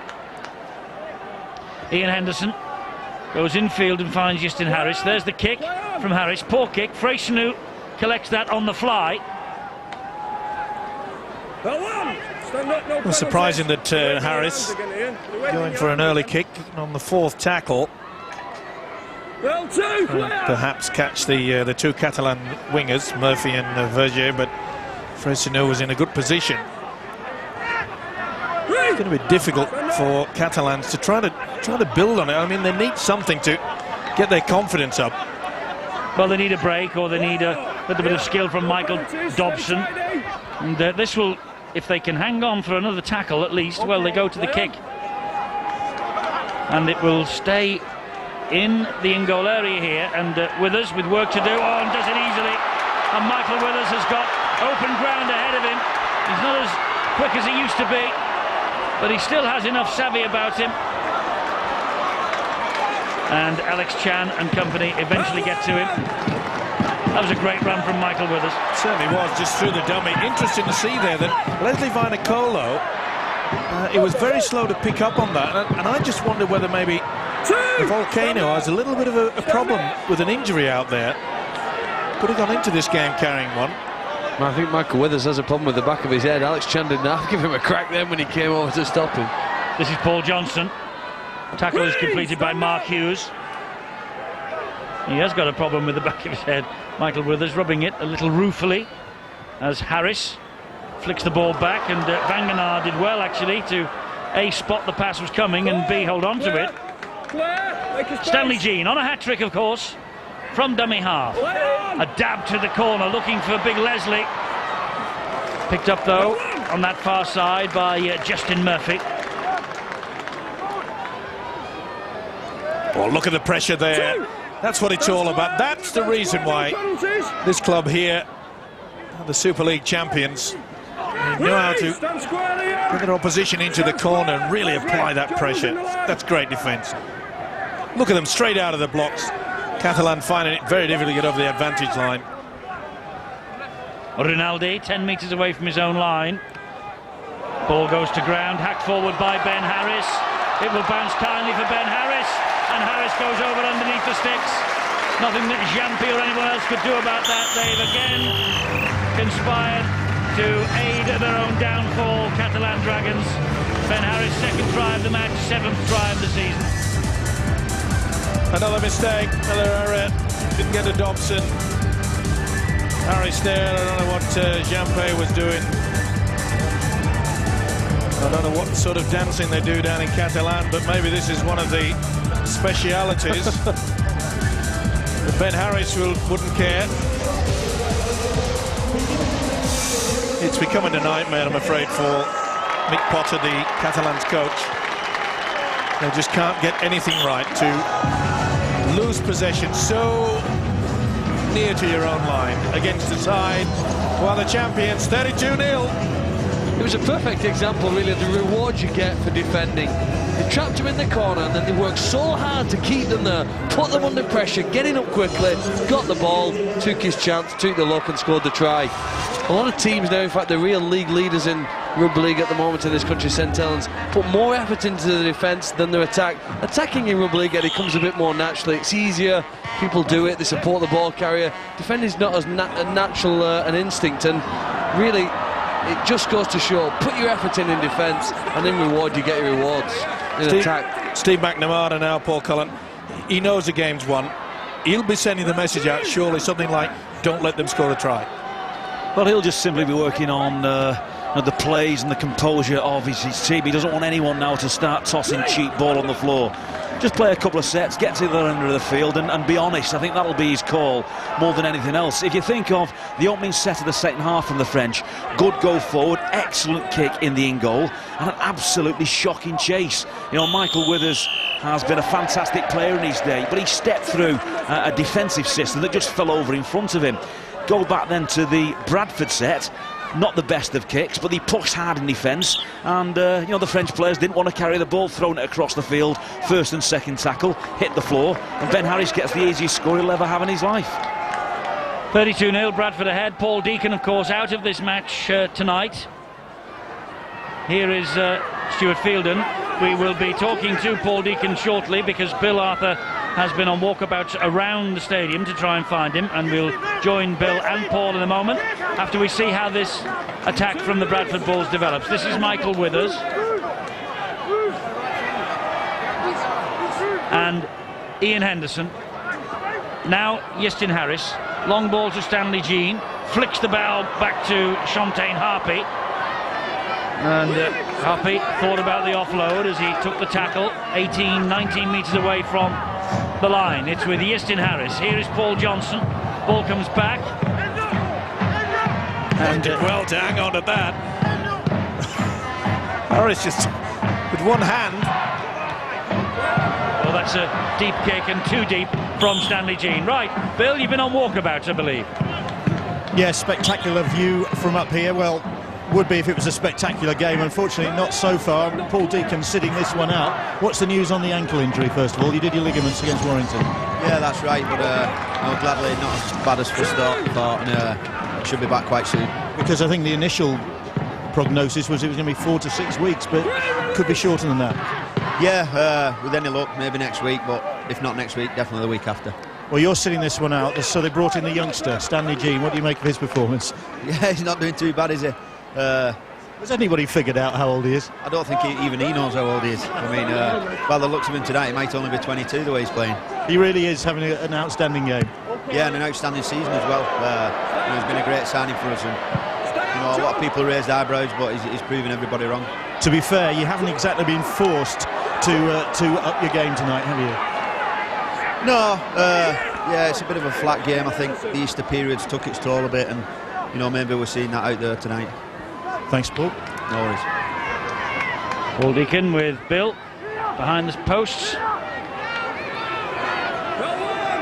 They have another set of 6 here, the Catalan Dragons. It was touched by Ian Henderson. This is Rinaldi. Good work by Johnson there. Michael Dobson gets the ball away to Jerome Guisset.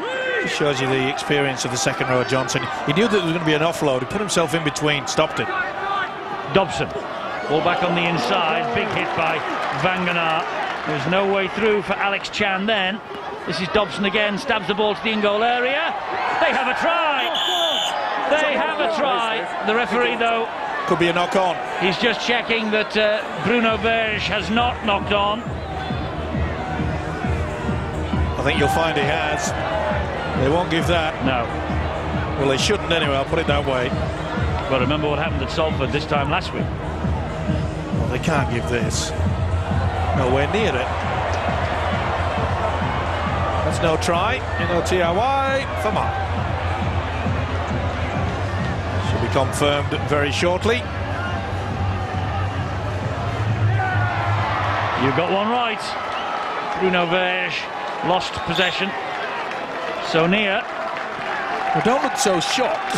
Well, that's at least that is something for the Catalan Dragons to maybe take a bit of encouragement from. They got over the line at least. I think it sums up the performance, doesn't it? Even when they get over the line, they've been unable to score it. Phil, I'm clutching at straws. You here, are Phil. clutching at straws, and I think the thing in sport is, though, things turn around so quickly. Last week they were brilliant. They pushed Hull all the way really to the last few minutes of that match. Tonight they've been dreadful, but I've no doubt by another week's time they'll be back up to the best again. And that will put fear in the heart of Paul Cullen, because Paul, I mean, you don't need us to tell you, this lot are a different kettle of fish at home, aren't they? Well, they weren't that bad at the Halliwell Jones two or three months ago. It's just one of those almost inexplicable factors in sport that that you have to pay the price at some point for a big effort. Maybe that effort to keep in the fight against Hull last week has simply taken far too much out of him. Grapple tackle by Rinaldi, penalised by Mr. Kirkpatrick. They've given away so many of the French side tonight. 8 penalties they've given away. Oh, big Carl Price has come on. That's, I'm sure, something that the Catalan Dragons can smile about. It's a great opportunity, isn't it, for Ferris and Price, 2 young Bradford players, to come on into a situation here. The game's pretty safe, and learn and develop and improve, not having to come on and panic about the situation, the outline of the game, but really just get on there and do what they do naturally. Well, Brett Ferris, of course, whose last-minute try won the match at Headingley for Bradford over Easter. Here is Ian Henderson. Good play by the hooker. Brad Myers has got some problems for Bradford. He signalled to the bench that he can't go on. Here's Stuart Fielden. No second phase. He was looking for the offload. As Myers limps his way off the field, this is Paul Johnson. Good defence from the Catalan Dragons. That's the last tackle, but they're camped, as you can see, right on the French team's line. And it is with Justin Harris, and a kick over wide, looking for Big Leslie. Lost forward, no try by Ferris. The tap on the 20. Nice option though. Giving to the corner. Again, we see the winger Justin Murphy quite happy just to shield, but to no effect. Oh, that's a knock-on. Well, it is frustration. The crowd don't like it, but they realise, they know it, that they've produced some good rugby league football this season so far. And you said at half-time, it's been a bad day at the office, Eddie. It has. Side fellas, heads in, heads in. There's Terry Newton on the bench for the Bradford players, wanting to get back on. I think the fact that they've got him and Henderson really adds to the competition, doesn't it, now, for that hooking role at Bradford? I think it's something that all teams would aspire to make sure that there is competition in all departments. Justin Harris from the base of the scrum finds Michael Withers. Withers then back to Ben Harris. It's away from Jamel Fakir. Just on, as you can see, for Gregory Muniz. Ian Henderson at dummy half. It's with Justin Harris. Harris then to Vangenaar, spins away from a couple. Takes 3 to bring Big Joe down. Ian Henderson waiting at dummy half there, and he will bring it this way. Jamie Langley. Henderson. Almost through. Henderson still going, and just held back by Mark Hughes. Not surprisingly, 32 points up. They're doing a little run around. They're enjoying themselves out there at Bradford. Long pass from Harris to Carl Price. Price, such a difficult man to get down. It's been a really hard task for the French side in defence, and one wonders, Eddie, what's going to occur in the final quarter. Ball's lost. Play on, says the referee, and so Alex Chan carries it forward for Catalan Dragons. Stand up, Alex!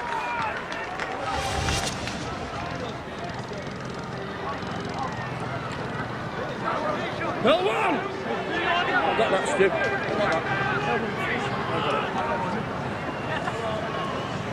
The Dragons trying to mount an attack here. 32-0 down. Rinaldi. This is Jampi, who's featured in the last 3, and he turns 33, by the way, on Monday. It's his birthday. Not much to celebrate, and not much to celebrate now for Wakefield as St Helens stretch the lead at Nosey Road, 22 points to 8. And Dobson with the kick to the corner. It's turned Marcus Pye around. Chase is solid this time. Trying to carry the Papua New Guinea international over the line, and I think they might have succeeded. They have. That's much better from the Catalan Dragons. Well, Houston Harris is looking at the official and saying, well, hang on, one of our players joined in the tackle. Eddie, would you believe it if I said that Catalan have forced more goal line dropouts than any other side in Super League this year? On the evidence of the 53, 54 minutes tonight, no. But obviously they have. They really are good at kicking chase. It's scoring that really lets them down at this end of the field. Dobson really has been a success really for them. He came over, it's probably the third choice come out for Canberra when they sent him over, and he's gone well for the 8 weeks that he's played for them. Oh, the crowd don't like that, and I think I don't blame them. They've every right to complain to the official. It looked to me as though Sean Rudder got a hand to that. Either way. Yep.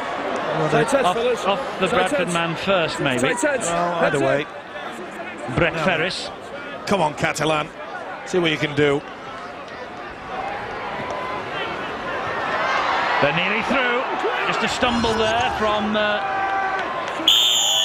John Wilson. And they have a penalty.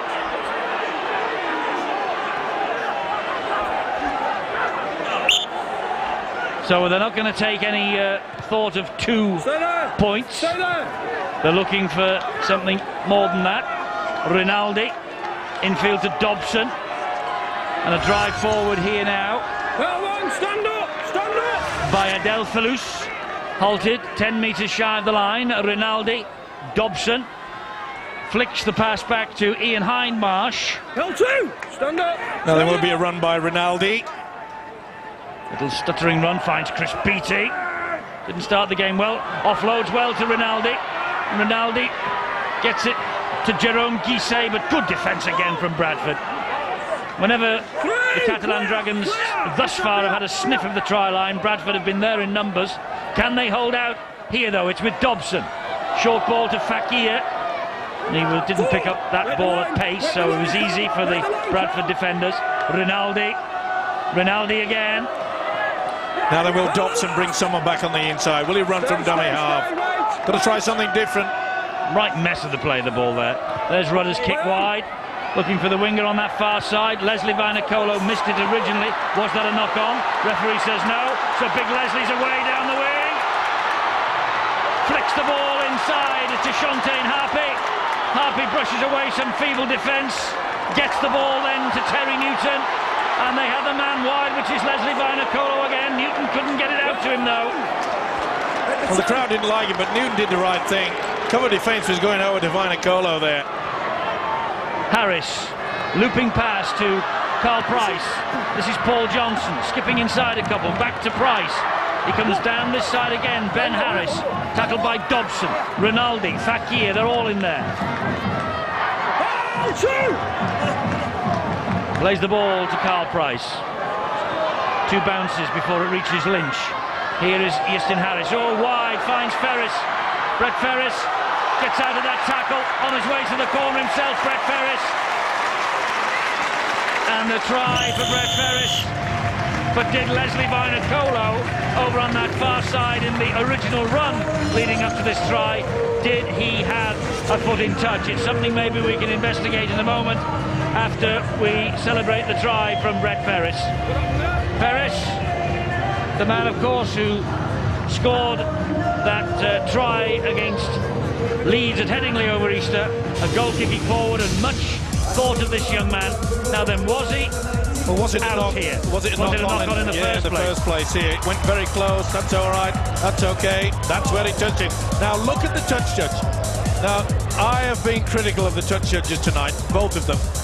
And it was amazing. Well, he was in a good position. It wasn't the best pass. And you can see that some are going up, others are hanging around. But take nothing away from this fella. He's impressive. He's big, strong, and he's got plenty of pace.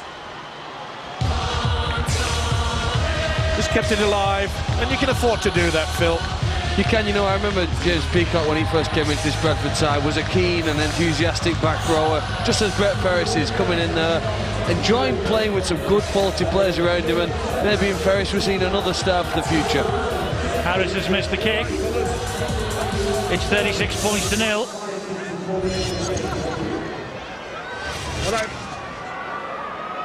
Good try from Brett Ferris, but it should have been brought back. I mean, in the context of the game, it's gone for Catalan, but that touch judge has got a clear view and he's looking at it. I know. He was sprinting on his toes. Maybe the heel wasn't on the floor, Eddie. Okay. Didn't have heel strike. No, I'm saying Phil is now coming to the defence. He's one of those people who walks on his toes and sprinting like all world-class Olympic sprinters. Up on the toes, Steve-O. Don't look at me and ask me about world-class sprinters, dearie me. Well, if his heel's not on the floor, it's on the toes. But what's that? Where are his toes then? Yeah. As I say, in the context of the result, doesn't matter. Too true. Well, at least he's given us something to speak about. I think the touch judge has made less mistakes than some of the players today. Yes, here to that. Here to that. The referee made that point very early in the piece, didn't he? Yeah, but don't heap all the the poison on Carl Kirkpatrick, and these touch judges have not helped. Let's get some injury news, Bill. Eddie, we saw Brad Myers hobbling off. It looked as though he was in a lot of pain, and initially there was a bit of fear that he'd done the injury that he suffered that kept him out for a few weeks, the knee injury. He'd done it again, and for a while the knee was ice. It's the right knee, but he's back up on his feet. He's just jogging gently up and down the sidelines, so it doesn't look as bad as they first feared on the Bradford sidelines. 6 to go for Bradford here. That was touched in flight by a Catalan Dragons defender. And Terry Newton finds Carl Price. Here is Jamie Langley. I think they all want to get in on the scoring act tonight. Tackled by Sean Rudder. It's Shontaine Harpy. Andy Lynch. It's a stroll to the line for Andy Lynch. That's the 40-point mark. Andy Lynch with a try, his 4th of the season. Been highly impressive this year, has Lynch, ever present at prop forward. 2 tries against the Catalan Dragons in Perpignan, and a dark horse for the Tri-Nations, Steve-O, I think. Oh, without a doubt. I wouldn't say dark horse either. You mentioned he's had a very good season. He's got to be one of the most improved players that I've seen this year. He looks trimmer. Certainly looks as though he wants to get himself involved. He does the hard work, and it's always good to see a prop forward putting themselves in a good position to support the man with the ball.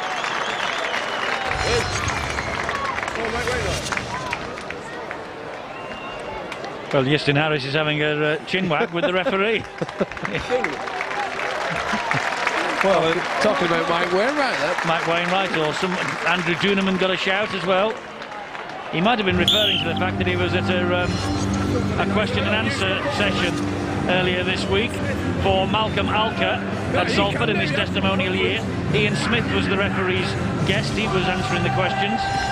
And Carl Kirkpatrick got a bit of stick, by the way. He did, and the Bulls here now. This game goes on, just flowing upfield here from one end to the other. Good speed, and the gaps in the Catalan defence really does begin to worry you. What the Bulls players do really well is push up in support of the players. Coaches spend so much time now trying to encourage the players to support the man with the ball, running into holes 5 or 6 metres to the side of him, keeping defenders off the ball carrier, but also making themselves dangerous. And that's exactly what Andy Lynch did then. Put himself into hole, had his hands ready, took the catch and took the try. Paul, 42-0 down, Catalan Dragons. Are you? I know you've got a big match on Monday against the Leeds Rhinos, but thinking ahead to next weekend, are you a bit concerned? We'll put the tape in the bin, Eddie. It's the only thing you can really do when you look at a performance like this. We don't expect the French to play like this at all. On the home ground, in front of the home supporters, we'll expect a lot of fire, a lot of passion, and that completion, that kick game, and that work to get deals. That means you get the ball back from a tackle in the opponent's in-goal area. That's what we expect. It's the only thing we can look at. We won't spend or waste too much time reviewing this one.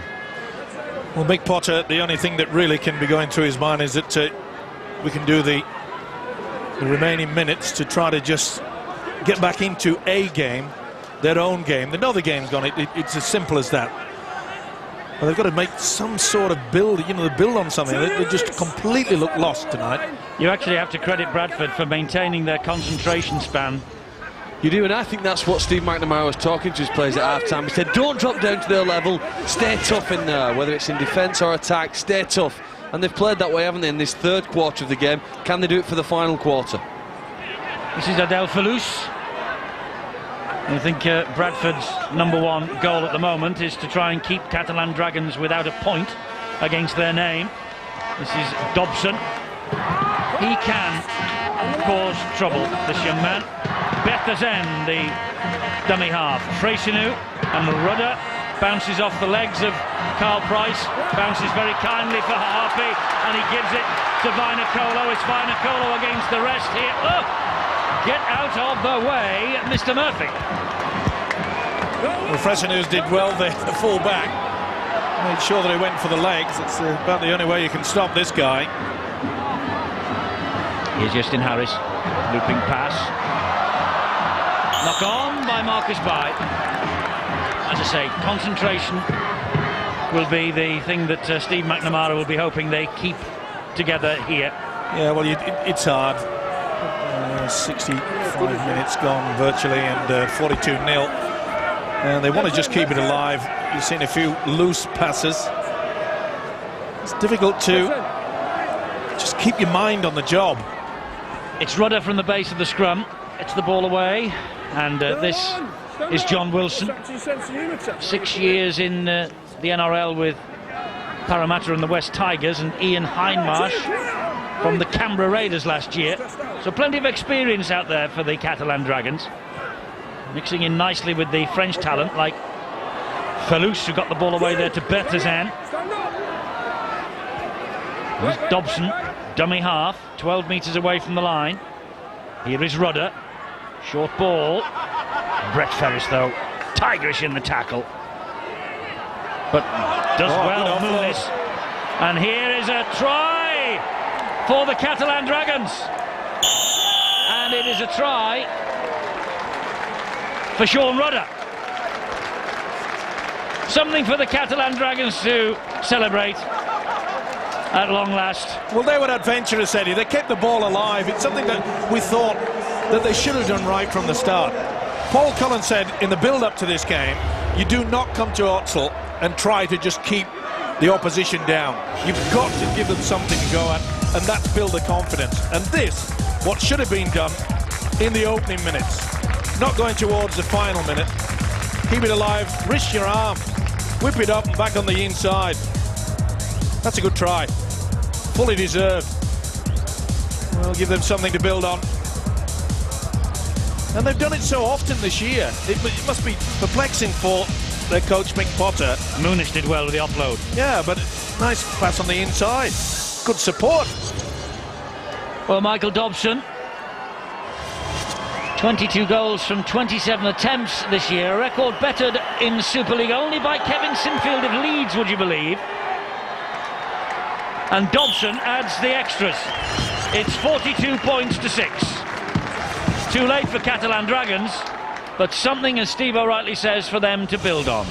It is, and the player particularly involved in this and his ability to offload in the tackle, Gregory Muniz, is perhaps a highlight for them this season. We talked about Brett Ferris and Carl Price for Bradford. Gregory Muniz for the Dragons. He's only 21 years of age, one of the most talented young French players, and this season getting better and better.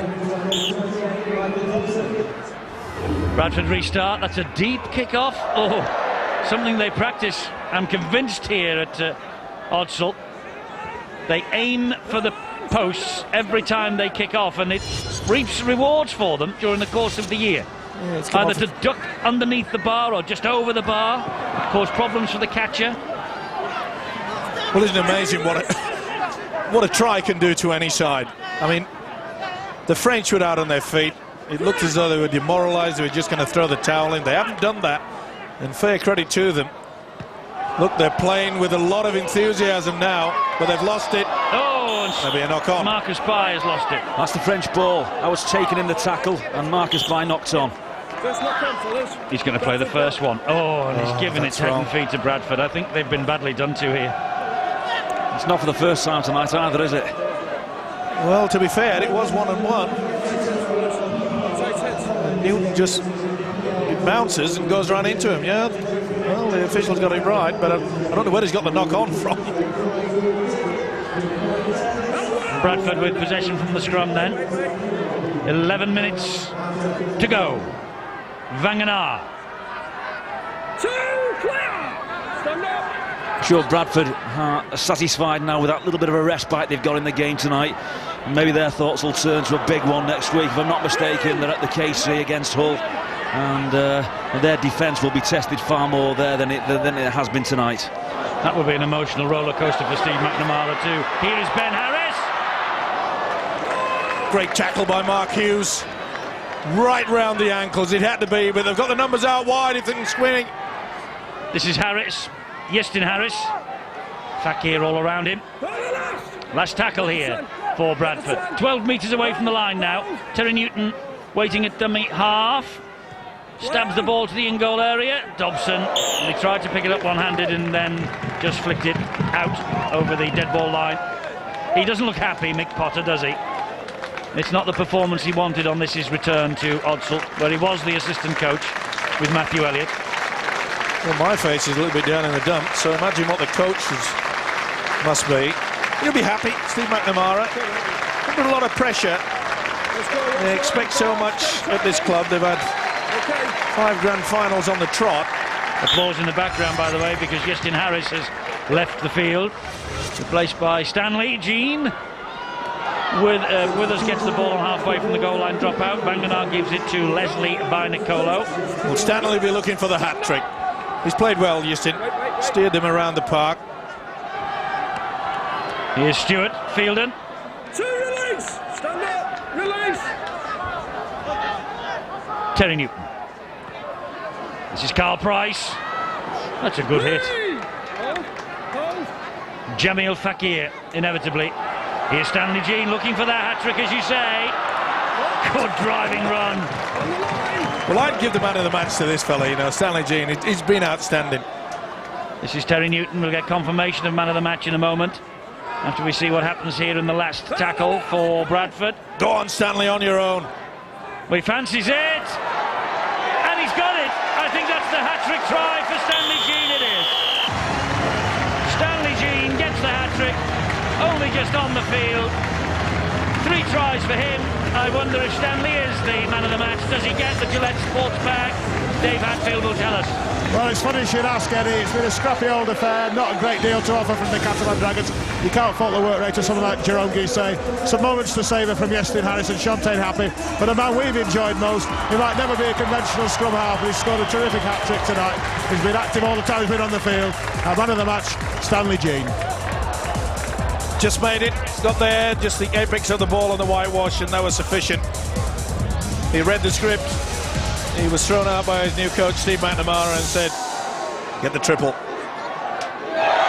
And the news hits the big screen that Stanley is the man of the match and draws warm applause from the Bradford supporters as Brett Ferris adds the extras, change of kicker because Harris is off and Deacon, of course, is injured.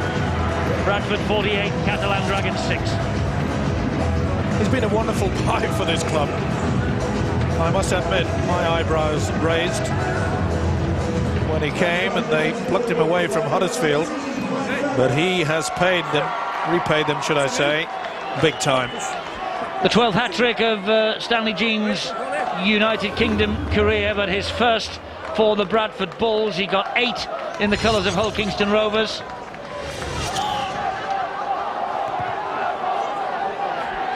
And he got 3 during his time up the road at Huddersfield. 7 minutes remaining, 48 points to 6. Bradford have won the match.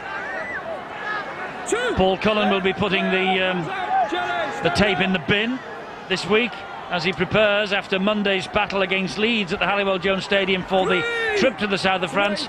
I wonder whether Mick Potter will put it in the bin as well, Steve-O, or will he try and build on this? I don't think he'll pick it up. Paul, you know when your side starts again poorly, as the Dragons did tonight, handling error after handling error, what sort of messages can you send in and what sort of difference can you make? I know players don't intend to drop the ball. Well, we had a bit of a shocker at Wakefield, 21-0 down at half-time, and came back and took it 22-21. And the call was very simple: go out and do the plays that we've practiced, and this time do them properly. And maybe that was the message, and it's not been listened to. Great chase from Ian Henderson. Freysinou fumbled it a little bit underneath his own sticks. He drove it back, but the chase from Ian Henderson was superb. And this now is the winger, Justin Murphy. A success story prior to tonight this year. Justin Murphy, ever present, and 8 tries for the season, their top try scorer.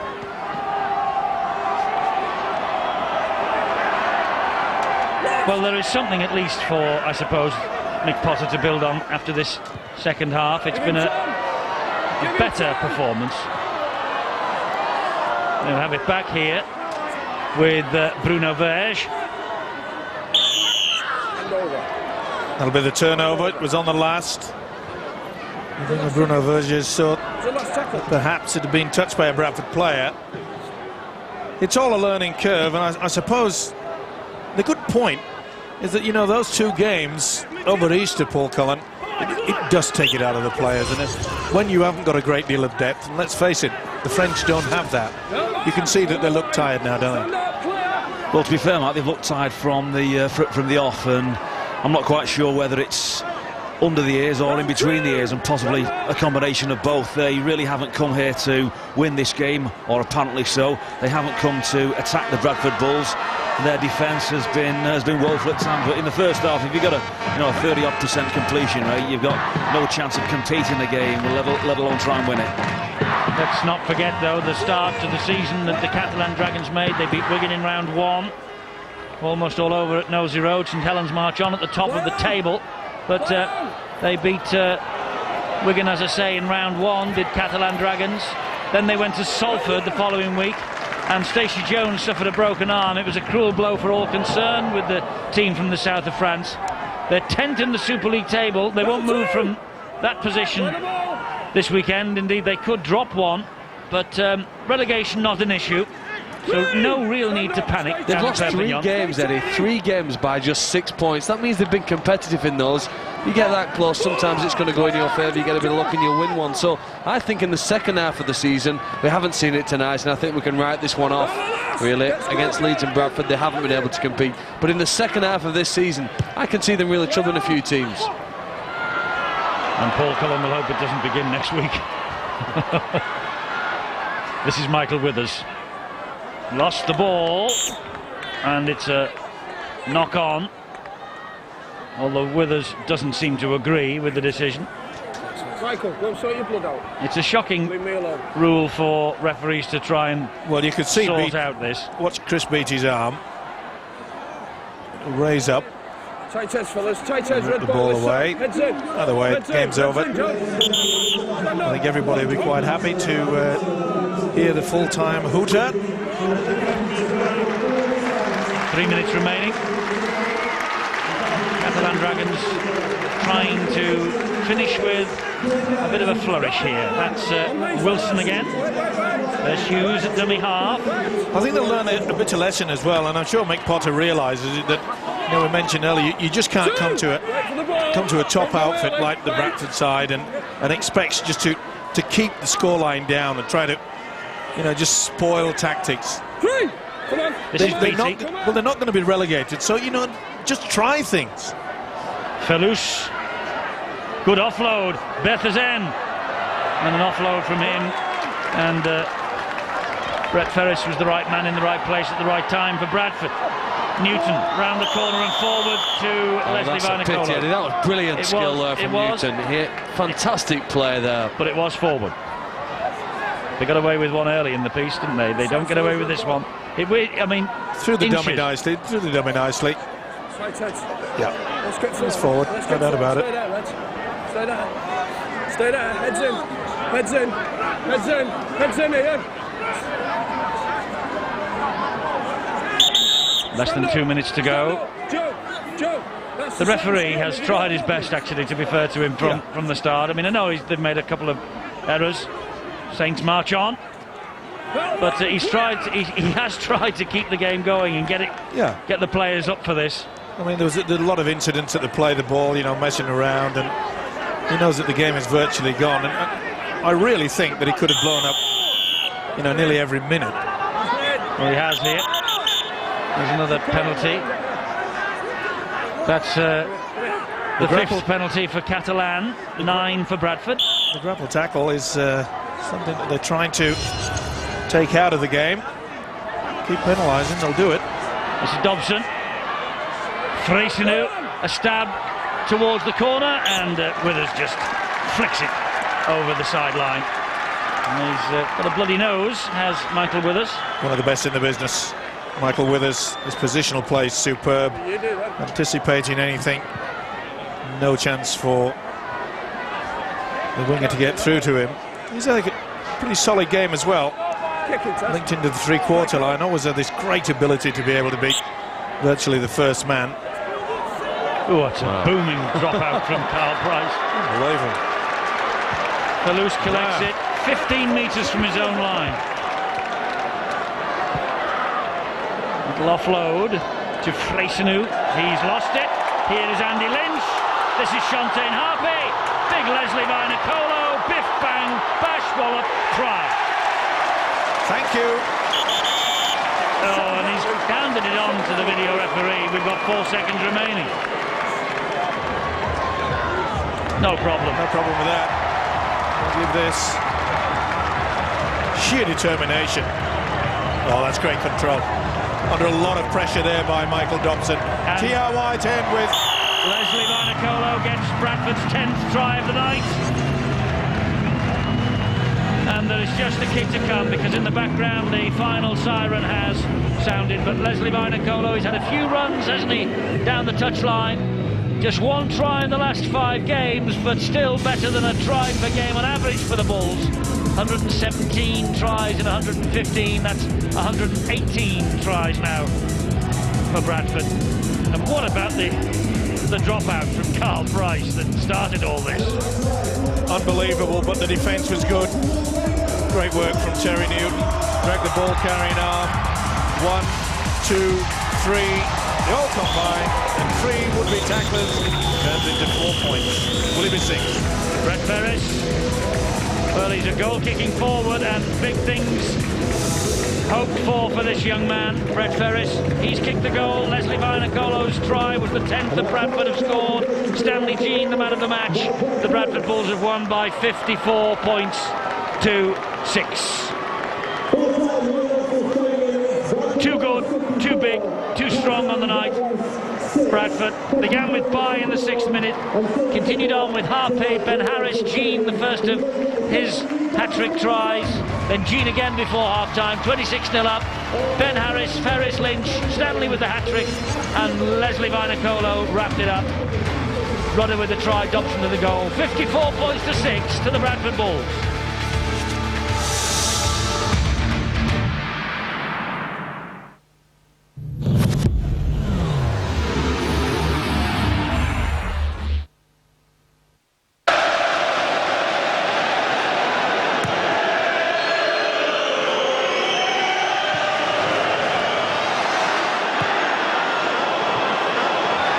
Cushion header, but Gerard! You beauty!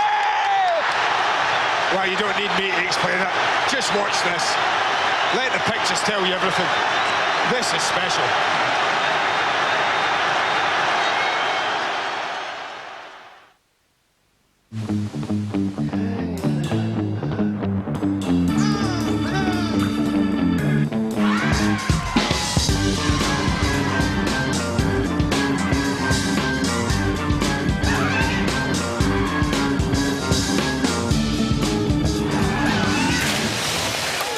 The new Micra C Plus C, the first compact convertible with a unique glass roof.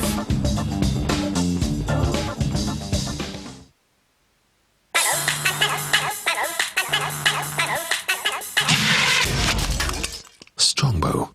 Taste that hits a little deeper. And? I didn't feel a thing.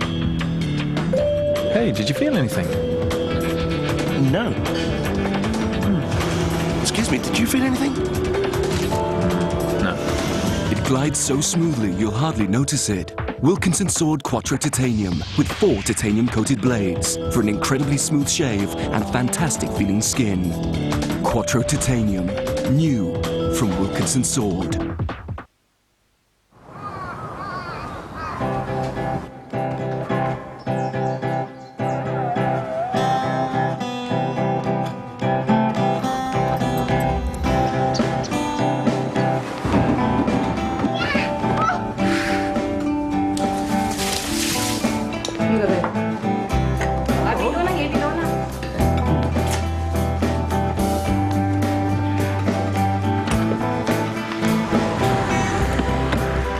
The most important part of any business walks through the front door every day. Will they be ready? Ready to have ideas, to build relationships, to help customers, and invent new products. Ready to make a difference. If they have the right software, they will. People-ready software. Microsoft. Software for the people-ready business. Play Lotto this Saturday and get a free go in a £5 million jackpot-only draw. That's 2 chances of winning. We would like to clear up any confusion about the half-price sofas in the Romana collection at DFS. Even though you only pay half, and DFS pay the other half, the sofa is all yours. So why not go halves on a sofa tomorrow with DFS? But do remember, you only pay half, but the sofa is all yours. I park in the company car park. Good. How often do you drive to work? 3 times a week. Good. That'll help your insurance quote. See how much an RAC motor quota could save you. For a tailored quote, visit rac.co.uk/motorquota. Is your sensitive skin irritating the man in the mirror? Nivea for Men Extra Soothing Moisturiser is alcohol, colour and fragrance free. It also soothes and calms the skin. Look and feel great with Extra Soothing Moisturiser. Only from Nivea for Men. This week in C-List magazine, the stars revealed their real favourite colours. Strongbow. Taste that hits a little deeper. Now this is what I call a bargain. A whole range to suit your taste. Cheesy. The Junior Chicken Mayo. The Ham and Cheese Toasty. 99p. Oh my. Ooh. McDonald's Pound Saver Menu. A real investment in pleasure.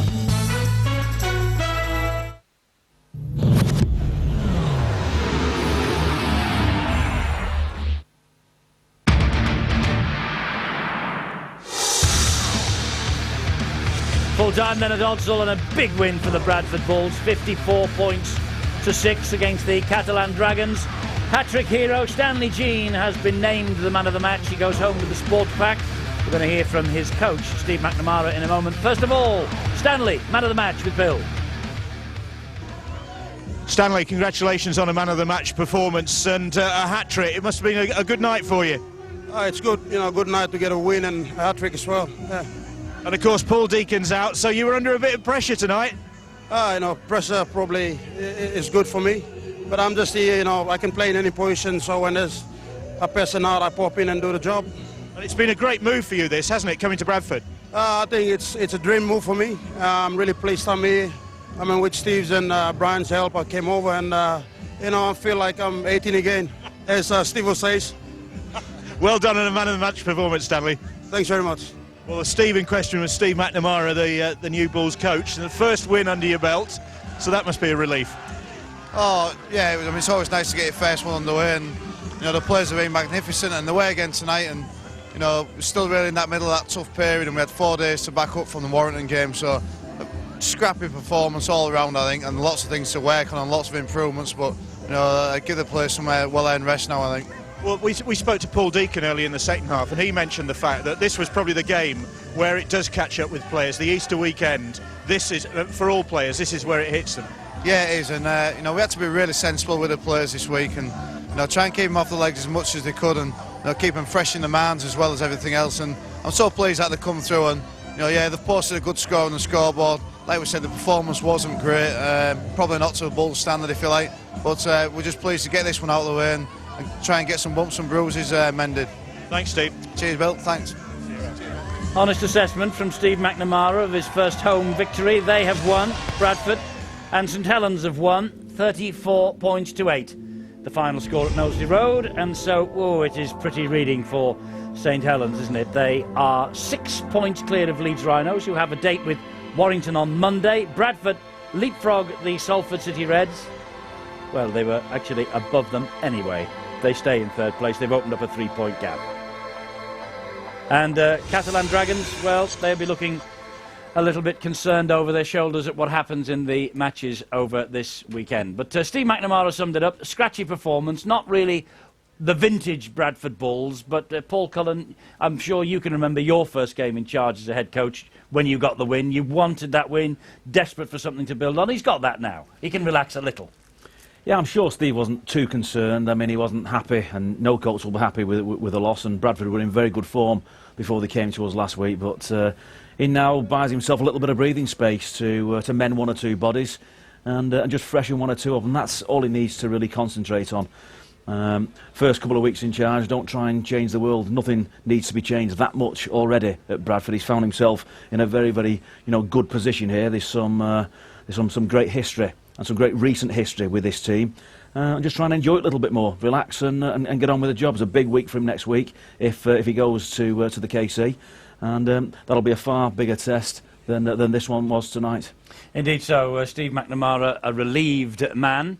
I think we're getting word that Mick Potter, the Catalan Dragons coach, is going to come and join us and have a word. I don't suppose he's got too much that he can be happy about. But I think Bill has got him in the tunnel area. There he is, Mick Potter. Well, he's smiling, that's the main thing, and he's with Bill. Mick, they're saying that really this is one you're just going to have to put in the drawer, maybe not even watch the tape. Is that sort of night? Yeah, you probably don't want to play Bradford after they've been beaten the previous week. They come out and showed what they can do. And your guys didn't? Well, yeah, we'd done some okay stuff for a little while, but we just made too many errors in the first half and probably burnt a little bit in the second half with energy. So, yeah, they're Bradford a good team, so we shouldn't have come up against them tonight, but it was our turn and unfortunate for us. And when you make errors, that many errors, you're going to get punished, especially by a side like Bradford. Yeah, and they punished us in spades. We put some kicks up. And they went 90 on us and 100 metres on us a couple of times, which is a little disheartening for the guys when you're trying to build pressure down the other end of the field. So they got points straight off what could have been potential points for us. It's a steep and painful learning curve, isn't it? Yeah, it is, and you don't want too many school lines like that. But Bradford done a good job on us tonight, so it's good luck to them, and we're back to the drawing board. Thanks for talking to us, Mick. That's all right. Thanks, Bill. Mick Potter back to the drawing board, and of course the plan that he has is to beat Warrington in the south of France next week, and our guest Paul Cullen will be hoping that he doesn't quite come up with that plan. What can you say about them tonight? I mean, they were a major disappointment. They were. You know, it's pretty hard to play against a team, though, who in the last minute of the match make a goal line dropout and chase that hard to force a mistake that they get the ball in their opponent's half, throw it out to the wing and score. You're playing against a team who've got such intensity to play for the full 80 minutes when the game's been won for half an hour. That is really impressive from Bradford tonight, and I think that the credit should go to Bradford, and we should dismiss Catalan's efforts really tonight. And whoever had played against Bradford tonight wouldn't have won this match, because whatever Bradford had to do, they would have found within in themselves. It's all about the basics, and you've got to get it right. And Mick Potter, absolutely spot on. They never really got started. You've got to have your forwards making sure that it's big of an impact. We didn't have any. It really was one-way traffic, and it was the night of the youngster, Stanley Jean. This was his hat-trick. Run from dummy half, just got it down. It's a game that I suppose you'd have to say, forget it. Simple as that. OK, well, we won't. We'll forget it maybe in a minute or two, but we will look ahead to what's to come here on Sky Sports now and later. Coming up next, Friday Fight Night, as Michael Hunter takes on German Guatos here on Sky Sports 1. And right now there's live golf from the Zurich Classic over on Sky Sports Extra. Our Saturday date in Australia takes in the Brisbane Broncos and Canberra Raiders at 10:30 on Sky Sports Extra. Sunday, the NRL Sunday programme, Manly, Parramatta, 9 o'clock Sky Sports Extra, and all the other tries. And the Super League over the bank holiday weekend looks like that. Harlequins, Huddersfield, Warrington against Leeds on Monday. So we'll see Paul then when he tries to plot the downfall of the Rhinos. And we will see you in the capital tomorrow. From us, bye-bye. So what's it all about?